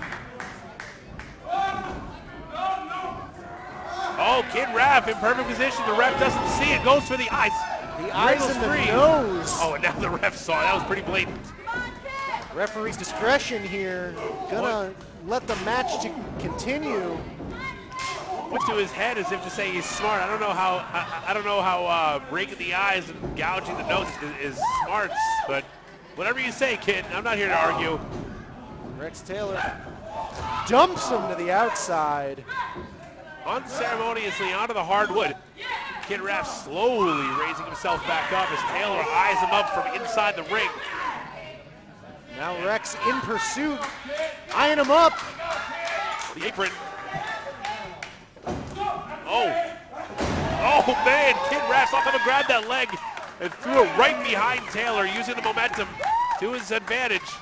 Now Rex a little stunned here.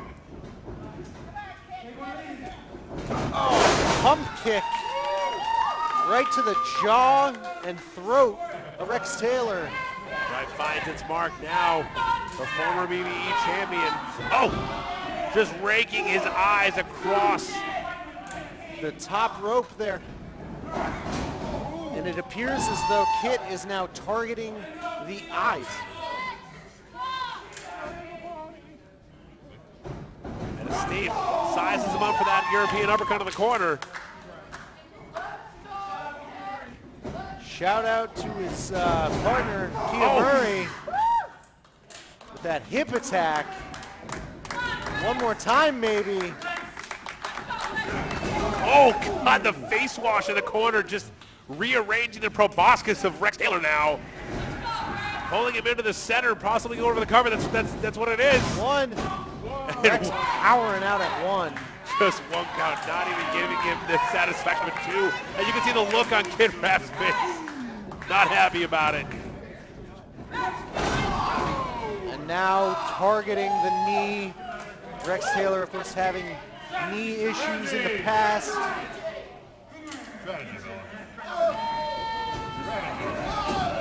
Oh, now using the ropes. And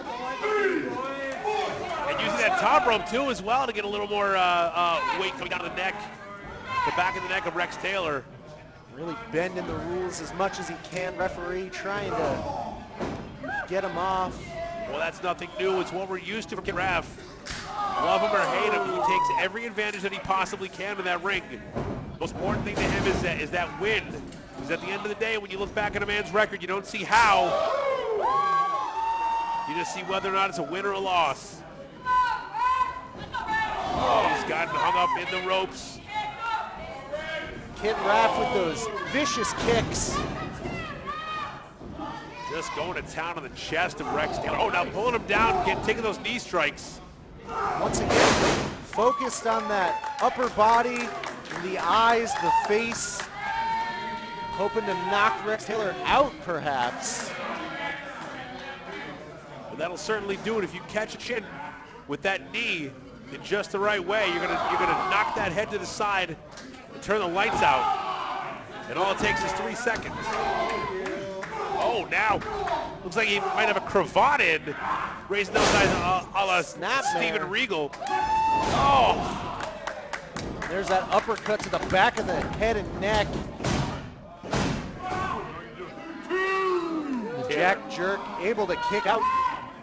Kid Raff back on the offensive, gets right back to it. He's got to wear the big man down, and now pulls those arms back, gets the knee in between the shoulder blades, pushes forward and spreads that rib cage out, making it difficult to breathe. Now trapping the arm, using the elbow. Oh, changing it up and just digging his elbow into the clavicle of Rex Taylor. It's going to frustrate a big guy like him. But with frustration comes anger, and from anger comes mistakes. That's all strategy by Kid Raff now. Oh! Super kick to the throat there. Finds its mark, takes the big man down, goes for the cover once again. Here we go. Oh, 2 count only match continues. Now I notice he didn't hook a leg there. Perhaps a little more pressure on Rex Taylor's upper body by utilizing that leg would have made that a 3 count. Well, it seems at this point Kid Raff is more concerned with jaw jacking with the crowd. That goes for a big DDT, but no, looks like Rex Taylor caught it, sends him off. Oh! Pump kick takes his head off, goes for the cover. Here we go. 2. Oh! That was close, 2 count only. Trying to get bragging rights and more as Taylor's feeling it now. If Rex Taylor could somehow knock off a returning Kid Raff after 3 years, that would be super impressive and cannot go unnoticed here in BDE. Goes for the crossbody, but catches up. Oh! And a DDT! Reversal! Cover, 1, 2. I thought that was going to be it. Man, that was a smart move by Kid Raff. I'm sure Kid, being in this business as long as he has, knew that a big guy like Rex Taylor would be able to catch his body and try to pull off a big move, but he was ready for it, turned it around into that big DDT, and almost got that 3 count that time. But it's going to take a little more to take out a guy like Rex Taylor. Oof! That's a start. Sizing him up. Oh, and another knee strike. Been a long time since we've seen Taylor taken advantage of like this. Oh, got another one. He might be out. This could be it. 1, 2. Hooked the leg, trapped the arm. Still wasn't enough. Rex Taylor gets that shoulder up again. Kid Raff trying to figure out what it's going to take to keep the former champ down. It's interesting because this is the first time these two have ever faced one-on-one. That's right, Rex Taylor was just training while Kid Raff was finishing up his stint here in BBE. And while Kid Raff went off to hone his craft on the West Coast, that's when Rex Taylor came into power. Oh! And another one. 1, 2. Rex able to get the shoulder up. Kid Raff needs to be careful he doesn't get too overconfident here. Rex Taylor sometimes likes to just absorb punishment and wait for an opening. Raff, as we all know, likes to talk a whole lot with the crowd against his opponent. Sometimes it's been his downfall. Only one way to find out if that's going to be the case here, but now he's ascending to the top rope. Precarious position. Oh, nobody home. Taylor saw it coming, got out of the way just in time. And Kid crashes and burns. Rex sees his opportunity. No, splash, cover, 1, 2. Kid Raff kicking out at 2. Now, Kid has gone on record saying that he respects Rex as a vicious competitor, but he said that he's going to use him tonight as a stepping stone to get back to the top where he belongs. But I don't know if he's going to be as easy as he thinks. Taylor now going up into uncharted territory here. Not comfortable space for Rex Taylor. Not used to going up there. And his unsure footing was his downfall here as Kid Raff takes advantage. Now peppering him and beating him up on the middle rope. Oh, anything that goes on from up here is going to be incredibly devastating. Rex Taylor's a big guy. Looks like he's going for a plex. Look at that suplex. Oh, God. Oh, wow! Gets a huge suplex from the middle rope. Rex Taylor, you can see he is just in a ton of pain. But it took plenty out of Kid Raff at the same time. Both men down. Referee starts his count. How impressive was that from Kid Raff to be able to lift someone like Rex Taylor, 230 pounds, and pop him over your head to drop him to the middle of the ring. Kid Raff is no joke, man. He talks a lot of trash, but he is a professional in between those ropes. And he gets the job done for sure, as now it looks like Kid Raff is going to be the first up to his feet. Maybe not. Rex Taylor now slowly up. Both men at about the same time with the help of the ropes. Very evenly matched here tonight. Oh, big chop. Oh, man. Right hand. Oof. Now back and forth. Chopping, just straight punches by the former champ, Rex Taylor. Now rapid fire chops by the former champ, Kid Raff. Oh, catches the clothesline, turns him around. Fireman's carry, position. Looking for that TKO. Oh, and he connects. Huge TKO. But he can't capitalize. Kid Raff rolling brilliantly out of the ring.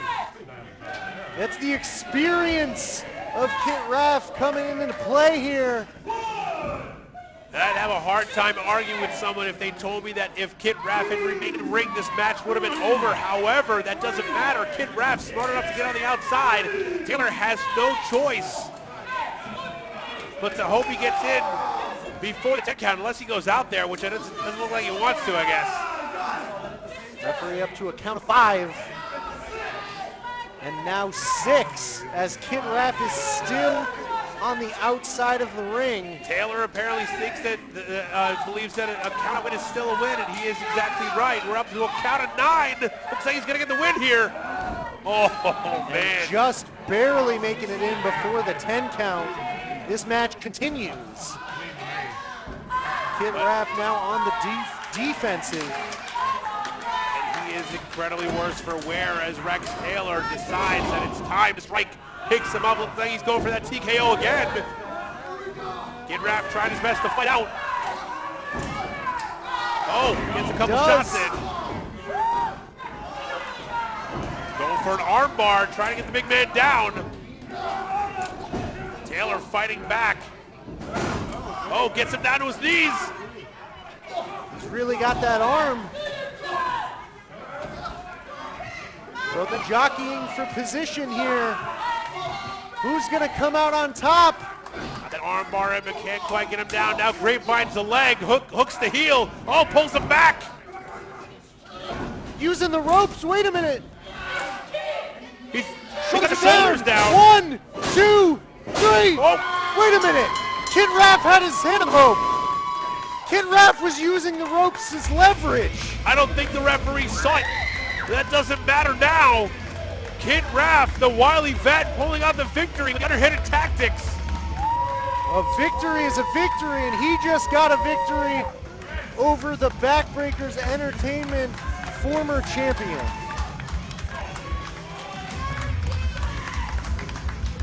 Kid Raff with a huge win under his belt, returning to BBE for the first time in a long time. And it seems that Kid Raff is still a force to be reckoned with. You can see Taylor arguing with the refs, telling him that he had the rope, but the ref says, I didn't see it. Referee's decision is final.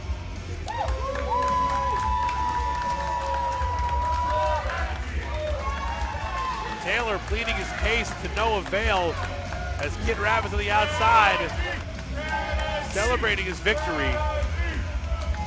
1, 2, 3 is what he's saying, and the history books will reflect Kit Raff, after 3 years on the West Coast, returning to BBE and picking up the win over Rex Taylor. And man, he is going to be insufferable back there in that locker room. He's not going to stop talking about this. I'm already not looking forward to it.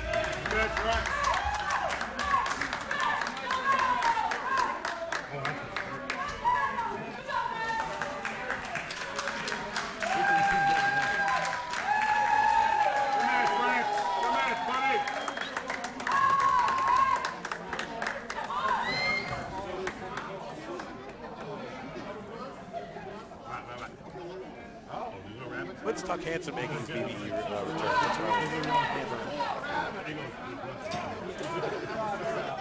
Be a fine addition to the roster.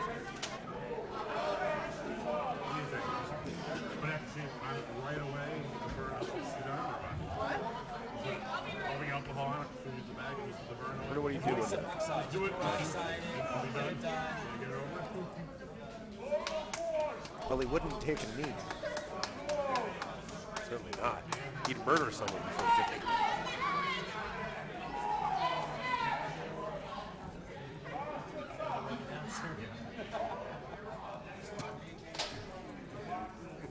I miss Tuck Hanson. He's a schmuck. I miss him.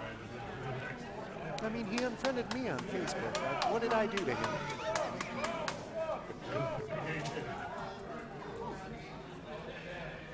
Guess I'm not a big enough Green Lantern fan for him.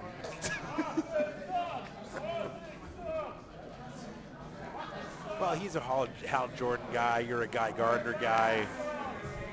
You guys live in two worlds, man.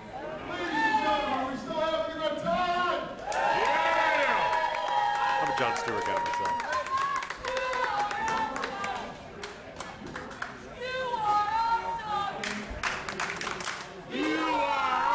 Dan Hopple's got a fan club here tonight. He's over, brother. This crowd knows how to make a guy feel good. Yeah. Guys, I'm so excited to announce this match. Before we get to that, one more time, I do want to remind everybody about all the merchandise tables around the room, the Girl Scout cookies, and I think they also have meat sticks. I really just wanted to say meat sticks into a microphone.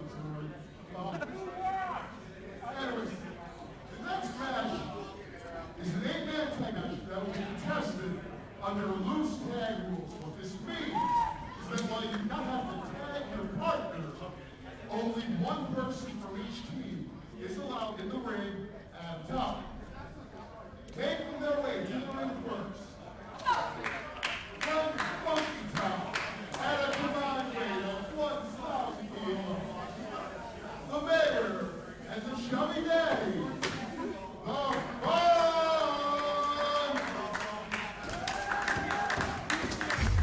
Ladies and gentlemen, here we are once again on Fight TV. We're at the Falcons Club in Mayfield, Pennsylvania, Backbreakers Entertainment, and this match is going to get ridiculous. My name is Peter DeLong. With me, as always, is Jordan Loftus, and we are seeing the first of 4 teams involved in this match. That's right. AJ Evers, Trajan Horn, the Funk. We got the chubby daddy, Trajan Horn, the mayor, AJ Evers. And boy, oh boy, this match is going to be something. That's right, Evers, the man of many monikers, Mr. Saturday Night, the man who killed Allentown, the mayor. And holding up a blue and shirt. gold shirt. One of the other teams coming out. And we'll explain the stipulation of this match once everybody's out here. But the Funk are forming an uneasy alliance right now with the BBE Tag Team Champions, who are about to come out, no doubt. I don't even know how we're going to be able to call this match, George. It's pure insanity. I'm just excited to watch this as a fan. Look at these guys. They're a Technicolor dream right now. They're always in motion. They're an enigma. They're everywhere and nowhere all at the same time. They seem very relaxed. Monster Magnet wrote a song about Chubby Daddy. Space Lord, mother.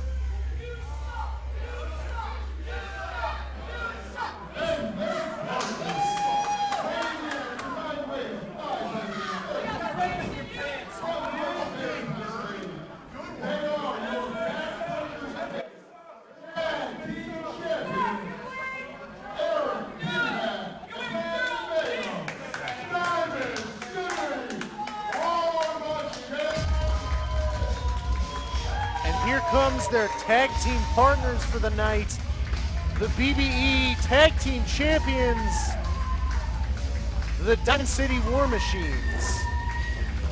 Rising up from the rubble of Valley Championship Wrestling and ascending the wrestling world, Brad DeMeo and Eric Pinhead, two guys who, by all other means, should be dead right now, but they have survived things that normal men would never be able to survive. And they stand before you, the very first BBE Tag Team Champions.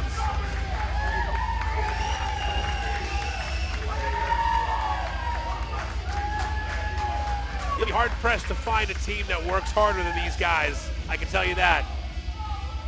But I can also tell you they're not happy about teaming with these dudes. There's definitely some uneasy alliances happening tonight. It'll be interesting to see what unfolds.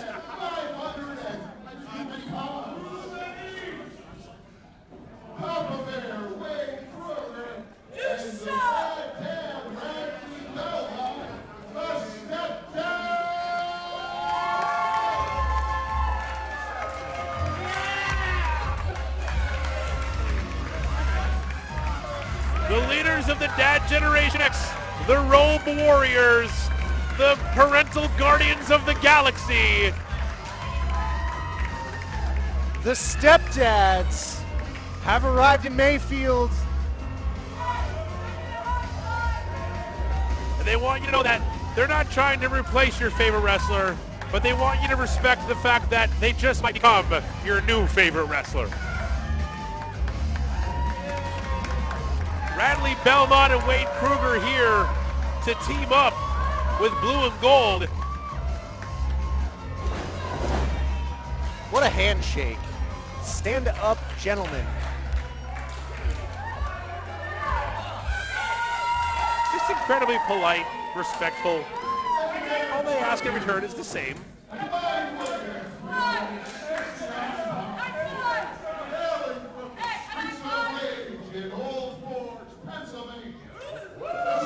Oh, boys.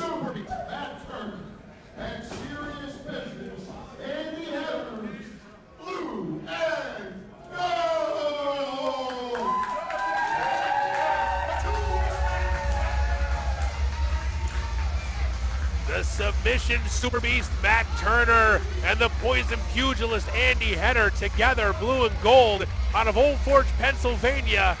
These guys have been around way longer than I can even recall. Turner and Header have been all over, up and down the East Coast. Long-standing residents of the Northeastern Pennsylvania independent wrestling scene, now teaming up with BBE favorites, the Stepdads. Now everybody's out, I'll give you a little rundown of the stipulations here.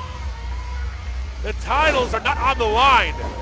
However, the stipulation is if the tag team champs, the Diamond City War Machines, get the pin in this match, they get to choose their opponents for the next show. However, if one of the other three teams get the pin and the win in this match, no matter who they pin, they then become the #1 contenders for those tag team championships and will face Diamond City War Machines on the next show for BBE. Like I said before, this is going to be pure insanity.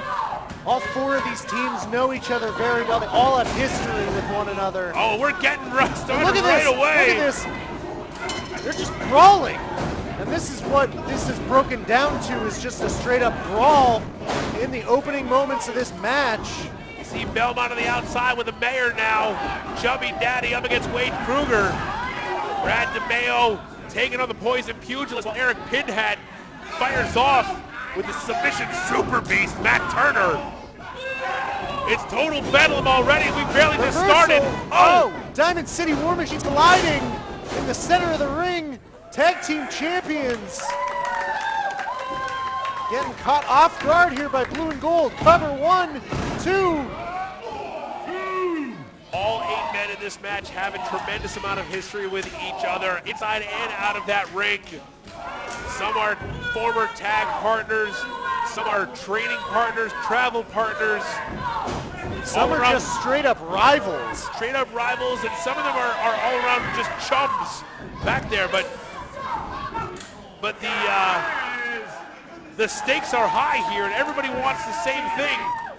Those titles are big and coveted, and now Brad DeMeo, oh man, getting a nice armbar on Andy Hedderball. He has a front face, looks like a headlock on Chubby Daddy, who also has a headlock on Matt Turner, who also has a headlock on the Claw! Oh, good God! The man with the claw! And now Papa Bear, Wade Kruger, assessing the situation. Look at him! He's trying to find the weak spot. Oh no! Oh! Boom! Big Papa Punch takes out everybody in the ring.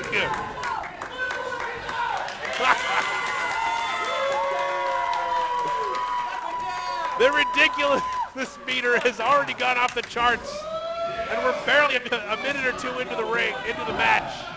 Referee has his work cut out for him in this match. Action all over the ring. And one man from each team can be in the ring at once. And now the mayor. Oh! Now refusing to take his shawl off. Oh man! Papa Bear lays in the chop. Right back up to taking one punishment. Oh! Gets a spanking. He's definitely putting the mayor in his place. As his dirty campaign manager, Trajan Horn on the outside, trying to cheer him on. Oh, God. What an uppercut. Now Kruger tagging in his tag team partner, Radley Belmont.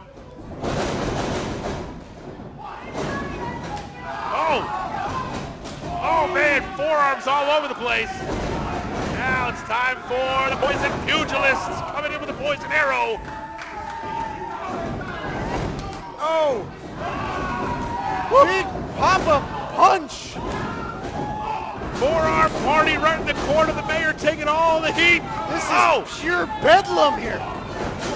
One after another. How much punishment can one man take? And they just keep going. They're like the Energizer Bunny right now. He's only a public servant. He can't take all this punishment. The Turner not waiting his turn. He's cutting in line. Kruger running out of steam. Belmont. Just like your dad falling asleep on the couch at 6 p.m. Wade Kruger has lost all his momentum.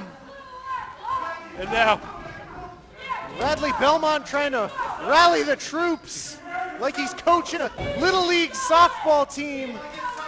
Belmont just asking a little too much of his partners. Oh no! Catching the boot in the corner. Oh! Nasty close line. What's one more shot for the mayor here? Let's do the thing, he says. Yes! The Bret Hart thing! The thing! And I don't know, the sign language, what kind of sign language is that? Well, that's what Bret Hart does the thing with his wait hands. a minute, is he setting up for the heart attack? I think he is! Turn her off the ropes! Oh! What a combination, and seeing the stepdads and blue and gold work together is super interesting. Oh, wait a minute, he's getting him wrapped up. He's got the arms wrapped in a lock. It's the Paradise Lock now. AJ Evers nowhere to go. Has him trapped in the Paradise Lock. Oh, Pinhead in and Pinhead out. Trajan Horn now down and out on the outside. Pinhead falling incredibly gracefully to the outside. Brad DeMeo doesn't know what happened. He's on the outside too. Trajan Horn.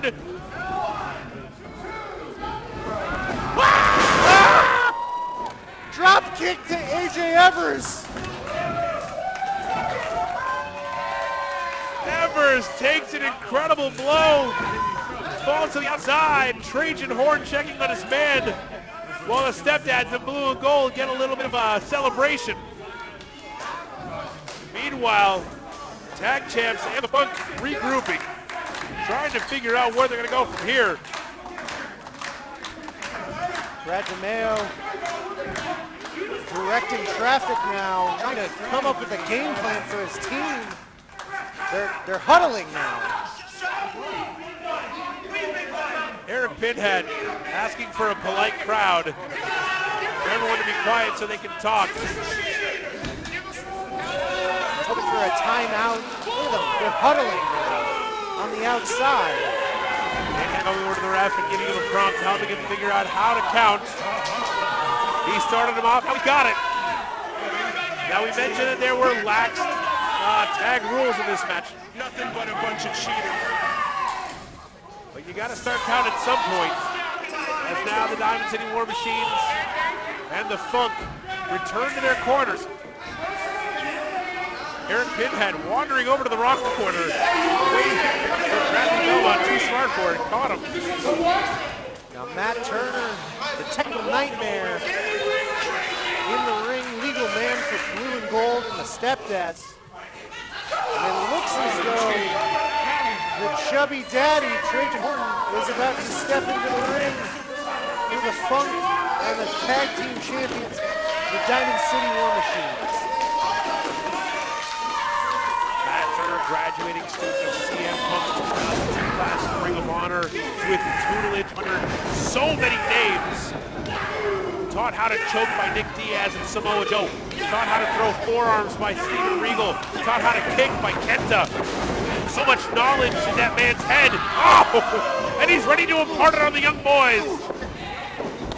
Chubby Daddy is getting a lesson in striking to Matt Turner. The rope. Oh! Oh! That boot connected to the top of his head. Trajan Horn getting a bit of space between them. Bringing up that rising European forearm. Head from AJ.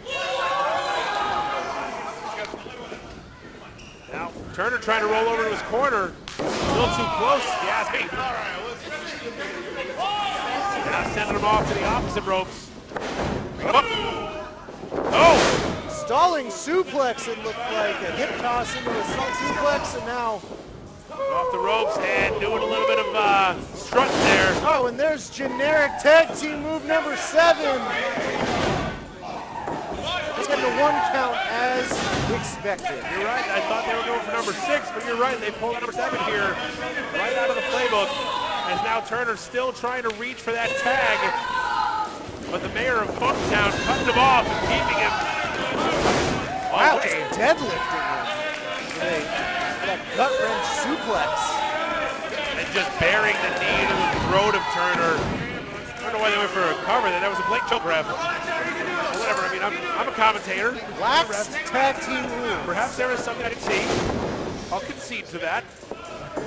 And bears him over. Off the ropes. Getting some momentum. Back and forth. AJ Evers hitting those ropes extra hard. Cardio. Oh! Into a devastating chin lock. Now wrenching it in. That build up, no doubt, making it even more punishing on Matt Turner.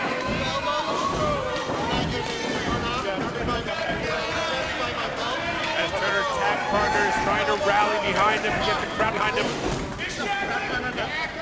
Now fighting it off. Oh, pulling it back by his trunks. And they're just laughing as he puts his boot right on the top of the throat area of Matt Turner. And now, Mayo saying, get back down there, I'm not done with you. Cover 1, 2. Turner, former tag team partners, held championship together as the Diamond City Kings.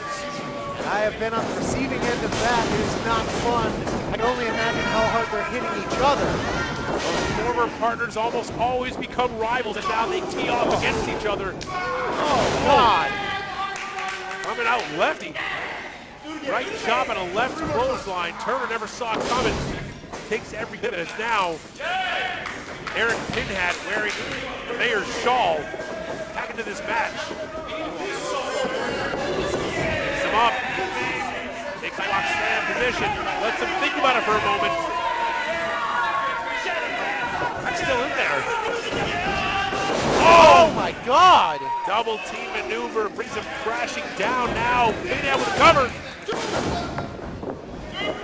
Turner's head bouncing hard off the canvas. Now Pinhat Shaw to choke him. He needs to make a tag. He needs to get out of the ring. Get someone fresh in there. Now Trajan Horn distracting the ref. Ref trying to get him back, but now Trigger keeping in position. Turner's tag partner is trying to do the right thing. Here comes AJ. But in a match like this, doing the right thing isn't going to get you very far. Well, the referee needs to maintain control here. He's not doing a very good job. Easier said than done. It's total chaos here with these four teams. Everybody wants to get a piece of each other. Everyone knows what the prize is, an opportunity to get those titles. As now, once again, using the referee distraction to their advantage, Pinhat tagging in his partner. Pete, if you're the Diamond City War Machines, you want to try everything in your power to win this match in order to choose your opponents, correct? Absolutely, and I'll tell you, I've never seen a pairman change their attitude so much after getting those belts around their waist. It's like they're two completely different people. I agree. And they're still fine to talk to and out of the ring, but they'll tell you straight up, you get in the ring with us, we're going to do whatever it takes to keep those belts around our waists. Oh! As now Trajan Horn comes off the middle rope with that strike to the mid-back section. The lower lumbar even of Matt Turner. Now just mocking Turner, reaching for that tag. You see Belmont on the outside, Andy Header. Now Kruger getting into it, trying to get the momentum behind Turner here. And oh! Just throwing him back. Enemy territory. That unorthodox arm drag, getting the job done. Cutting that ring in half and keeping Turner in territory. Oh man, some brutal blows in the middle of the shoulder blades of Turner.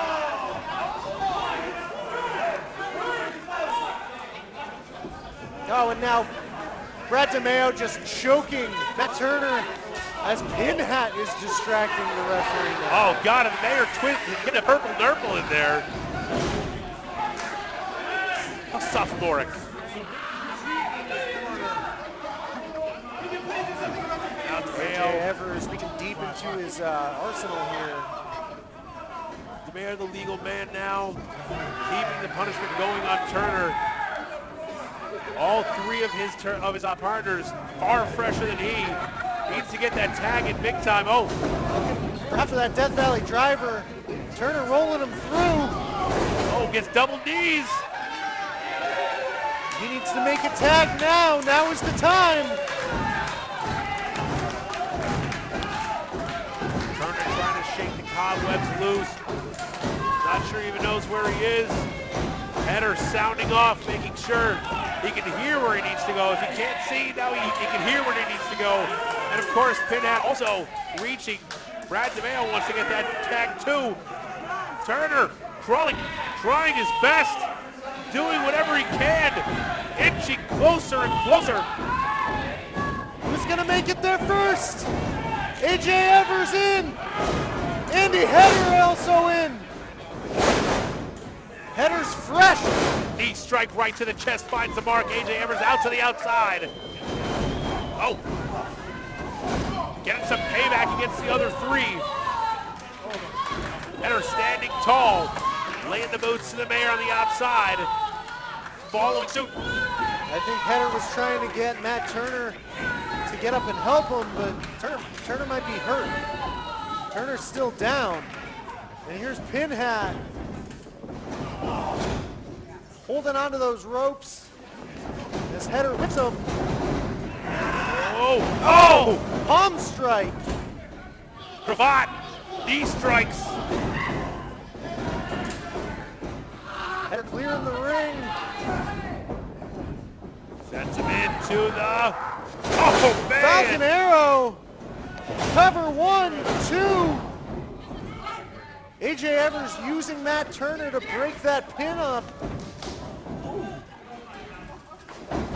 Evers now picking Header up, sending him into the corner. Oh, wheelbarrow position. Oh! Oh my God, and there it is, the Funk U, as they call it. The wheelbarrow cutter German combination. Oh! Big back elbow from Papa Bear there. Stranger to the outside. Oh!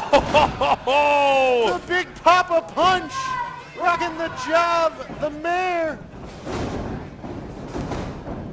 Oh, the 23 skidoo!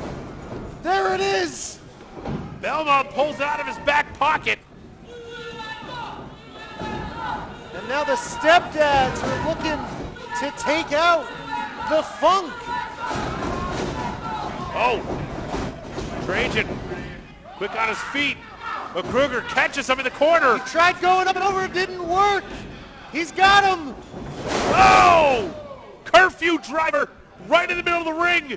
Can't quite get the pin though. Ah! Hidden blade on Papa Bear. That's one way to knock the big man down. Turner calling for something big. Knee strike to Brett Mayo. One half of the tag team champs reeling now. Elbow. Gets him up. Go for that choke that was taught to him by Nick Diaz and Samoa Joe. Oh! The mayor with the super kick. Whoa! Dumps him on his head. Oh! Big forearms into the mayor. Catches him. Go for that kryptonite crunch. Connects. Cover. But no, Pinhead breaking it up. Eric Pinhead now picking him up for something. Oh no! He's looking for it. Oh! Ah! He got him with it, but at the same time, Bradley Belmont connecting with the stunner. Whoa! Quick roll through by Trajan. Oh! Spinning back heel kick and then, oh no! No, we've seen this before. Ah! It's the Daddy Driver 20 in the middle of the ring. Oh! Wait a minute! Gets the hidden blade on his tag team partner. 1, 2, 3. What a finish! And what a brilliant maneuver by one half of the tag teams. Saw that Trajan horn was set up to get the win and nailed his own partner so that they could choose their own tag team opponents for their titles. Brilliant by the tag team champs.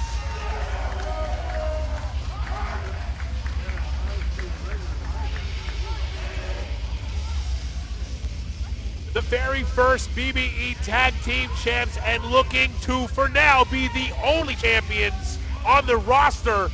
And because they picked up the win, they get to choose their opponents for the next show. Now, do you think that they're going to choose one of these 3 teams, or do they go to the well and choose anyone? They could choose students. They certainly could. I mean, if it were me, I'd pick up the two greenest young boys and have them go in it. But I'm not. It's not me. I'm not a man of honor. I can tell you that. But if they're sportsmanlike, well, clearly attacking their tag team partners isn't very sportsmanlike. No, but it is strategy, and a winning strategy is that. There is no denying that, Jordan. That's true. That's true. So here we are, Diamond City War Machines picking up the win in this chaotic tag team championship contenders match, I should say. And who are they going to choose for their partners? Or for their opponents, pardon me. Only time will tell. The ball is in their court.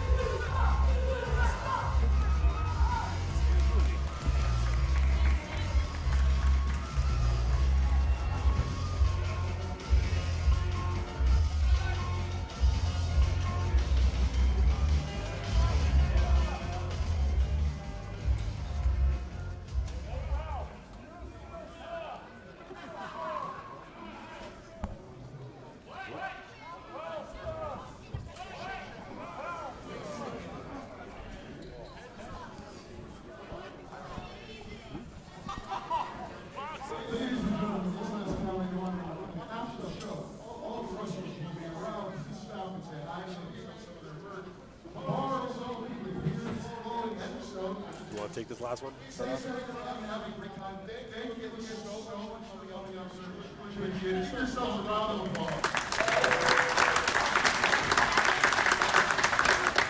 And for those of you when you can next see this action, if you can come out on Saturday, March 28th, here at the Falcons Nest for Winter Warfare 3. Please check back Rings Entertainment on Instagram, Twitter, and Facebook for more information as the show comes closer. Now, ladies and gentlemen, are you ready for your main event?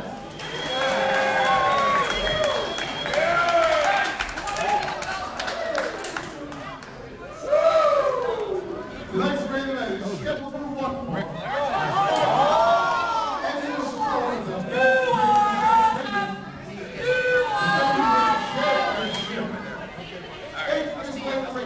weighing 265 pounds.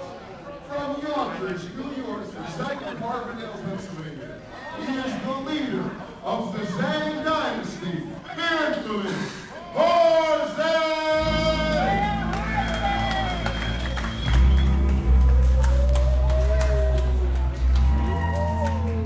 Welcome everyone to the Falcons Nest. My name is Jordan Loftus. With me as always is Peter DeLong. You are watching this on Fight TV.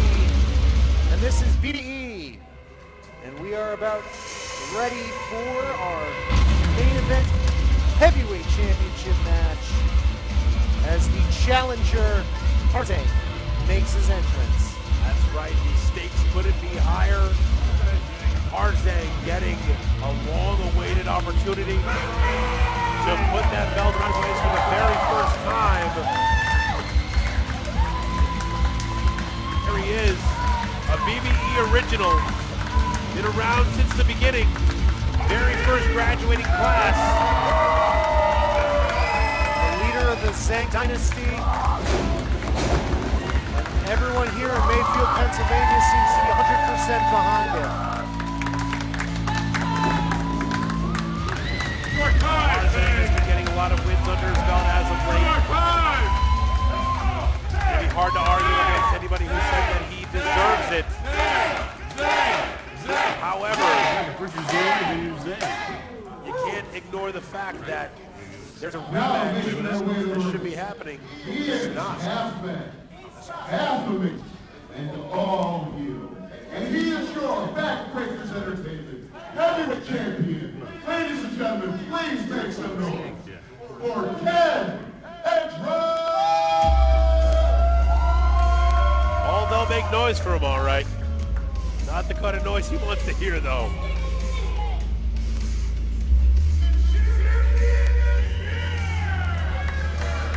And here's Ken Andrews, the BBE heavyweight champion, winning the championship from Rex Taylor after a year-plus undefeated streak from Rex. That's right, and just like I mentioned earlier, he has completely refused, denied Rex Taylor his rematch for the title. I don't know how he pulled it off. I don't know if he has some dirt on Mark Mesmer or something, but he was able to keep the rematch from happening. But regardless of whether or not that's right, Harzan has stepped up to the challenge and is taking advantage of the opportunity.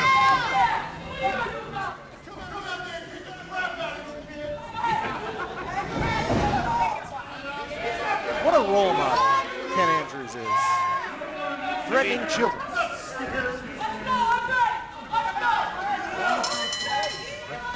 Championship time. Harzang takes on Ken Andrews. BBE title at stake.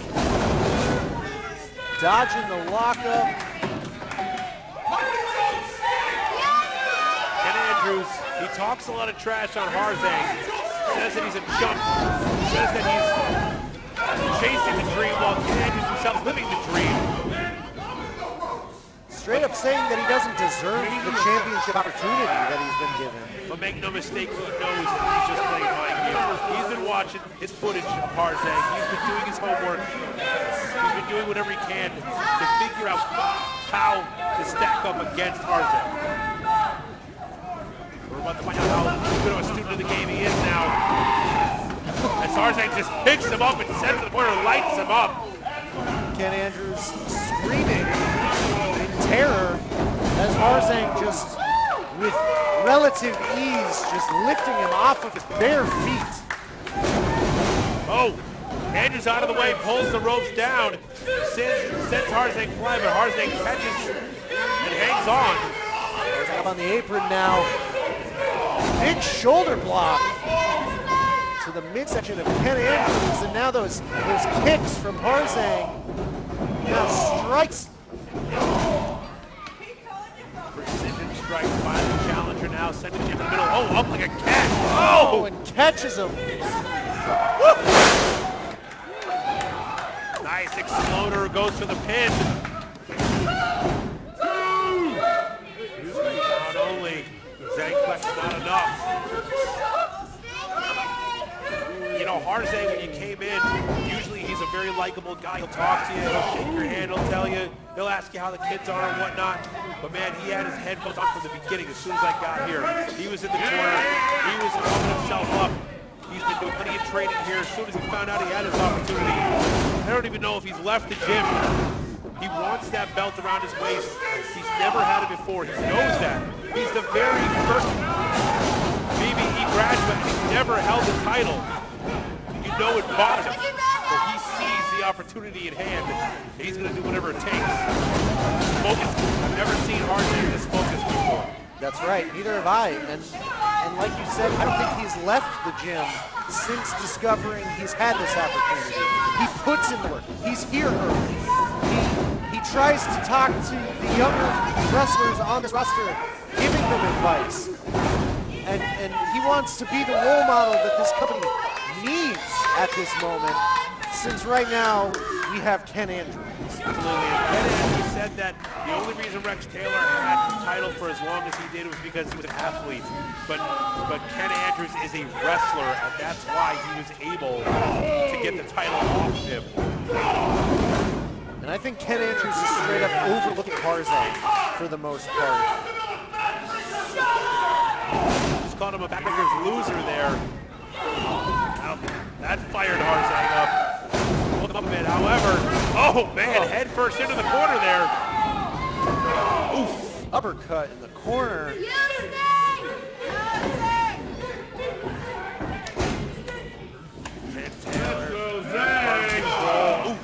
Lighten up the chest of Harzang. Raining down blows on the challenger, but Harzang fighting back now. Brings him right back into the corner. Oh! And a big spinning kick there. Nice combination by the challenger. Rebounds. Driving those big feet right into the chest of Ken Andrews. And now the champion's in trouble. Oh! Harzang, 1, 2. Ken Andrews having real trouble kicking out there. Harzang nailing that signature handstand senton. Not enough to keep the shoulders down for 3, but dealt out the punishment. Andrews reaching for the ropes or the ref or anything, I guess. Now pulling him up slowly. Harzang sends him off the ropes. This is a clothesline. This is with a back elbow. Oh! Sling blade. And now the champion, 1, 2. Two count only, and the crowd telling the champion to put some shoes on. Ken Andrews has said that the only reason that Harzang's in this match is because he sells some tickets. He thinks that it's just going to be a good gate here. But clearly, Ken Andrews is tossing almost everything he has at Harzang, and Harzang isn't backing down. Harzang keeps getting back up. Harzang's not the kind of guy that backed out. He's been in this scene for a long, long time. And you don't remain in the scene being a pushover. The independent wrestling scene will chew guys up and spit them out if they don't have the heart and the ability to stay here. Oh God! Had his leg wrapped up in the ropes and then just kicked the ropes up. It affects those ligaments in the knee and the leg. Even the hamstring as well. Keeping him wrapped up. You can see some damage has been done. Just having him wrapped up is now causing anguish.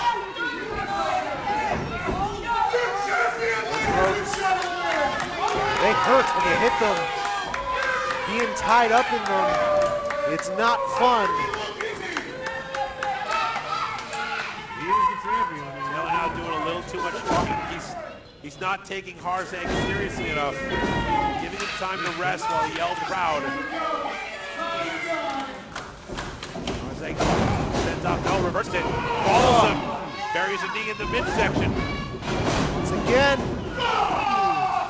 And Ken Andrews might be in trouble here. Oh God. He's able to reverse it. Cover one. Hold on. Harzang had something in mind, but Andrews just grabbed onto the head and neck and wouldn't let go. Pulling him to the ground. That's what a champion does. They're able to change momentum at a moment's notice. Oh, you're switching in the middle of the match. Oh, and now sticking that bare foot in the throat, choking Harzang. Just unsanitary. He was in the bathroom not too long ago. I know it. Stepping on that floor. Have you seen the floors in the bathroom? Now, Harzang doing his best to push him off. But Andrew's still firmly in control. Oh! Harzang exploding with a huge clothesline. Nearly taking the head off. Cover 1, 2. Ken Andrews able to hang on that championship a little while longer by getting that shoulder up. Harzang getting a bit of momentum, but it's still a long way off from where he needs to be. Getting back up to his feet now. He's got the Zang Nation in his corner. Crowd at Mayfield. Harzang cross body from the second rope. Nice reversal. Needs to capitalize. Now back up on his feet. Watching the champion. Waiting for the right opportunity. He's eyeing him up. Cannonball. Oh. Nobody home. Misses the cannonball. Gets strung up. Oh! And once again, the knees and the legs tied up within the ropes. Oh, God. Incredibly unorthodox. Oh, no. And here's Ken Andrews. Oh, God. Looking for that meteor drop, that coast to coast. And he connects right to the knee of Harzang. Harzang was tied up, couldn't get out in time. Andrews going for a big risk, able to pull out a big reward. Now sizing up the challenger. Looking ankle lock. But the way that he's pushing in on that knee, that injured knee, the leg, ankle, targeting all of those small bones in the foot. That's right, and Harzang is large. He's got a big calf muscle, he's got a big thigh muscle. When you bend that knee, put the calf to the thigh, any pressure further than that is going to spread the kneecap apart. but he was able to use momentum to get the champ up to the outside. Now Andrews in trouble on the outside, landed pretty hard. Harzang getting some precious time to recollect himself, shake the cobwebs, perhaps get some feeling back into that knee and the leg. Harzang still not even able to get to his feet, but getting the time, that precious resting time. Oh! String him up on the ropes. Now into the ring. Right Peppering with hands. jabs. Over that big mutant elbow. There we go, connecting. The champion in firm control, it seems. Woo! Spine buster, a huge spine buster from the challenger. The champion's down. The referee beginning a 10 count. Harzang in trouble here, trying to mount some offense. The crowd in Mayfield chanting Harzang on. This could be the opportunity that Harzang was waiting for. Just needed to go to open. All those years of pent-up frustration, being in BBE, going for the... Oh! He just hit the lights-out spear on the referee.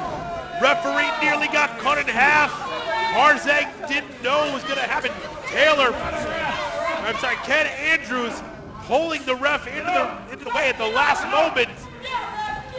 Can't fault Harzang for it. Harzang completely wiping the referee out. He's smacking him, trying to get him to get back up. Oh, and Ken Andrews with the spear of his own. Using his opponent's move. 1, 2, is this it? Oh no! Oh man! The match continues. Harzang kicks out of his own maneuver being used against him. I hope this wasn't the cornerstone of Ken Andrews' plan, because it has not happened the way he wanted it to. I hope he's got more tricks in his bag. Otherwise, Harzang is about to get the opportunity he was looking for. Oh! Oh, come on! Low blow! The ref never saw it. Ref is in the corner recovering. 1, not like this. 2, Oh, 3. come on! Ken Andrews retaining with more underhanded tactics. You can't help but feel bad for Harzang. He fought his way up to this opportunity. He had the chance in his grasp. He felt it happening, and then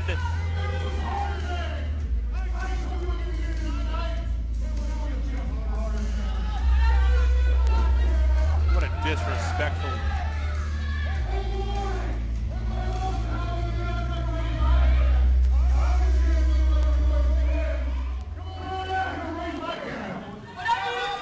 Calling Glory and Mark Mesmer and BBE management out to raise his hand.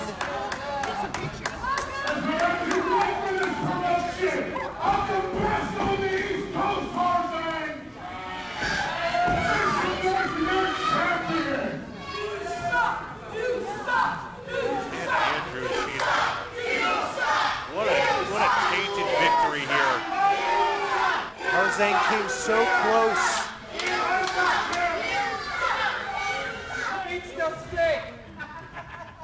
But unfortunately coming up short. Good match, Harzang. And the crowd in Mayfield giving the leader of the Zhang Nation a round of applause. You can clap for him all you like. The fact still remains. The opportunity to get his hands on that belt has slipped through his fingers. Thank you everyone for joining us here on Fight TV. Stay tuned for more BBE action each and every single week. My name is Jordan Loftus. I'm Peter DeLong. See you guys next time.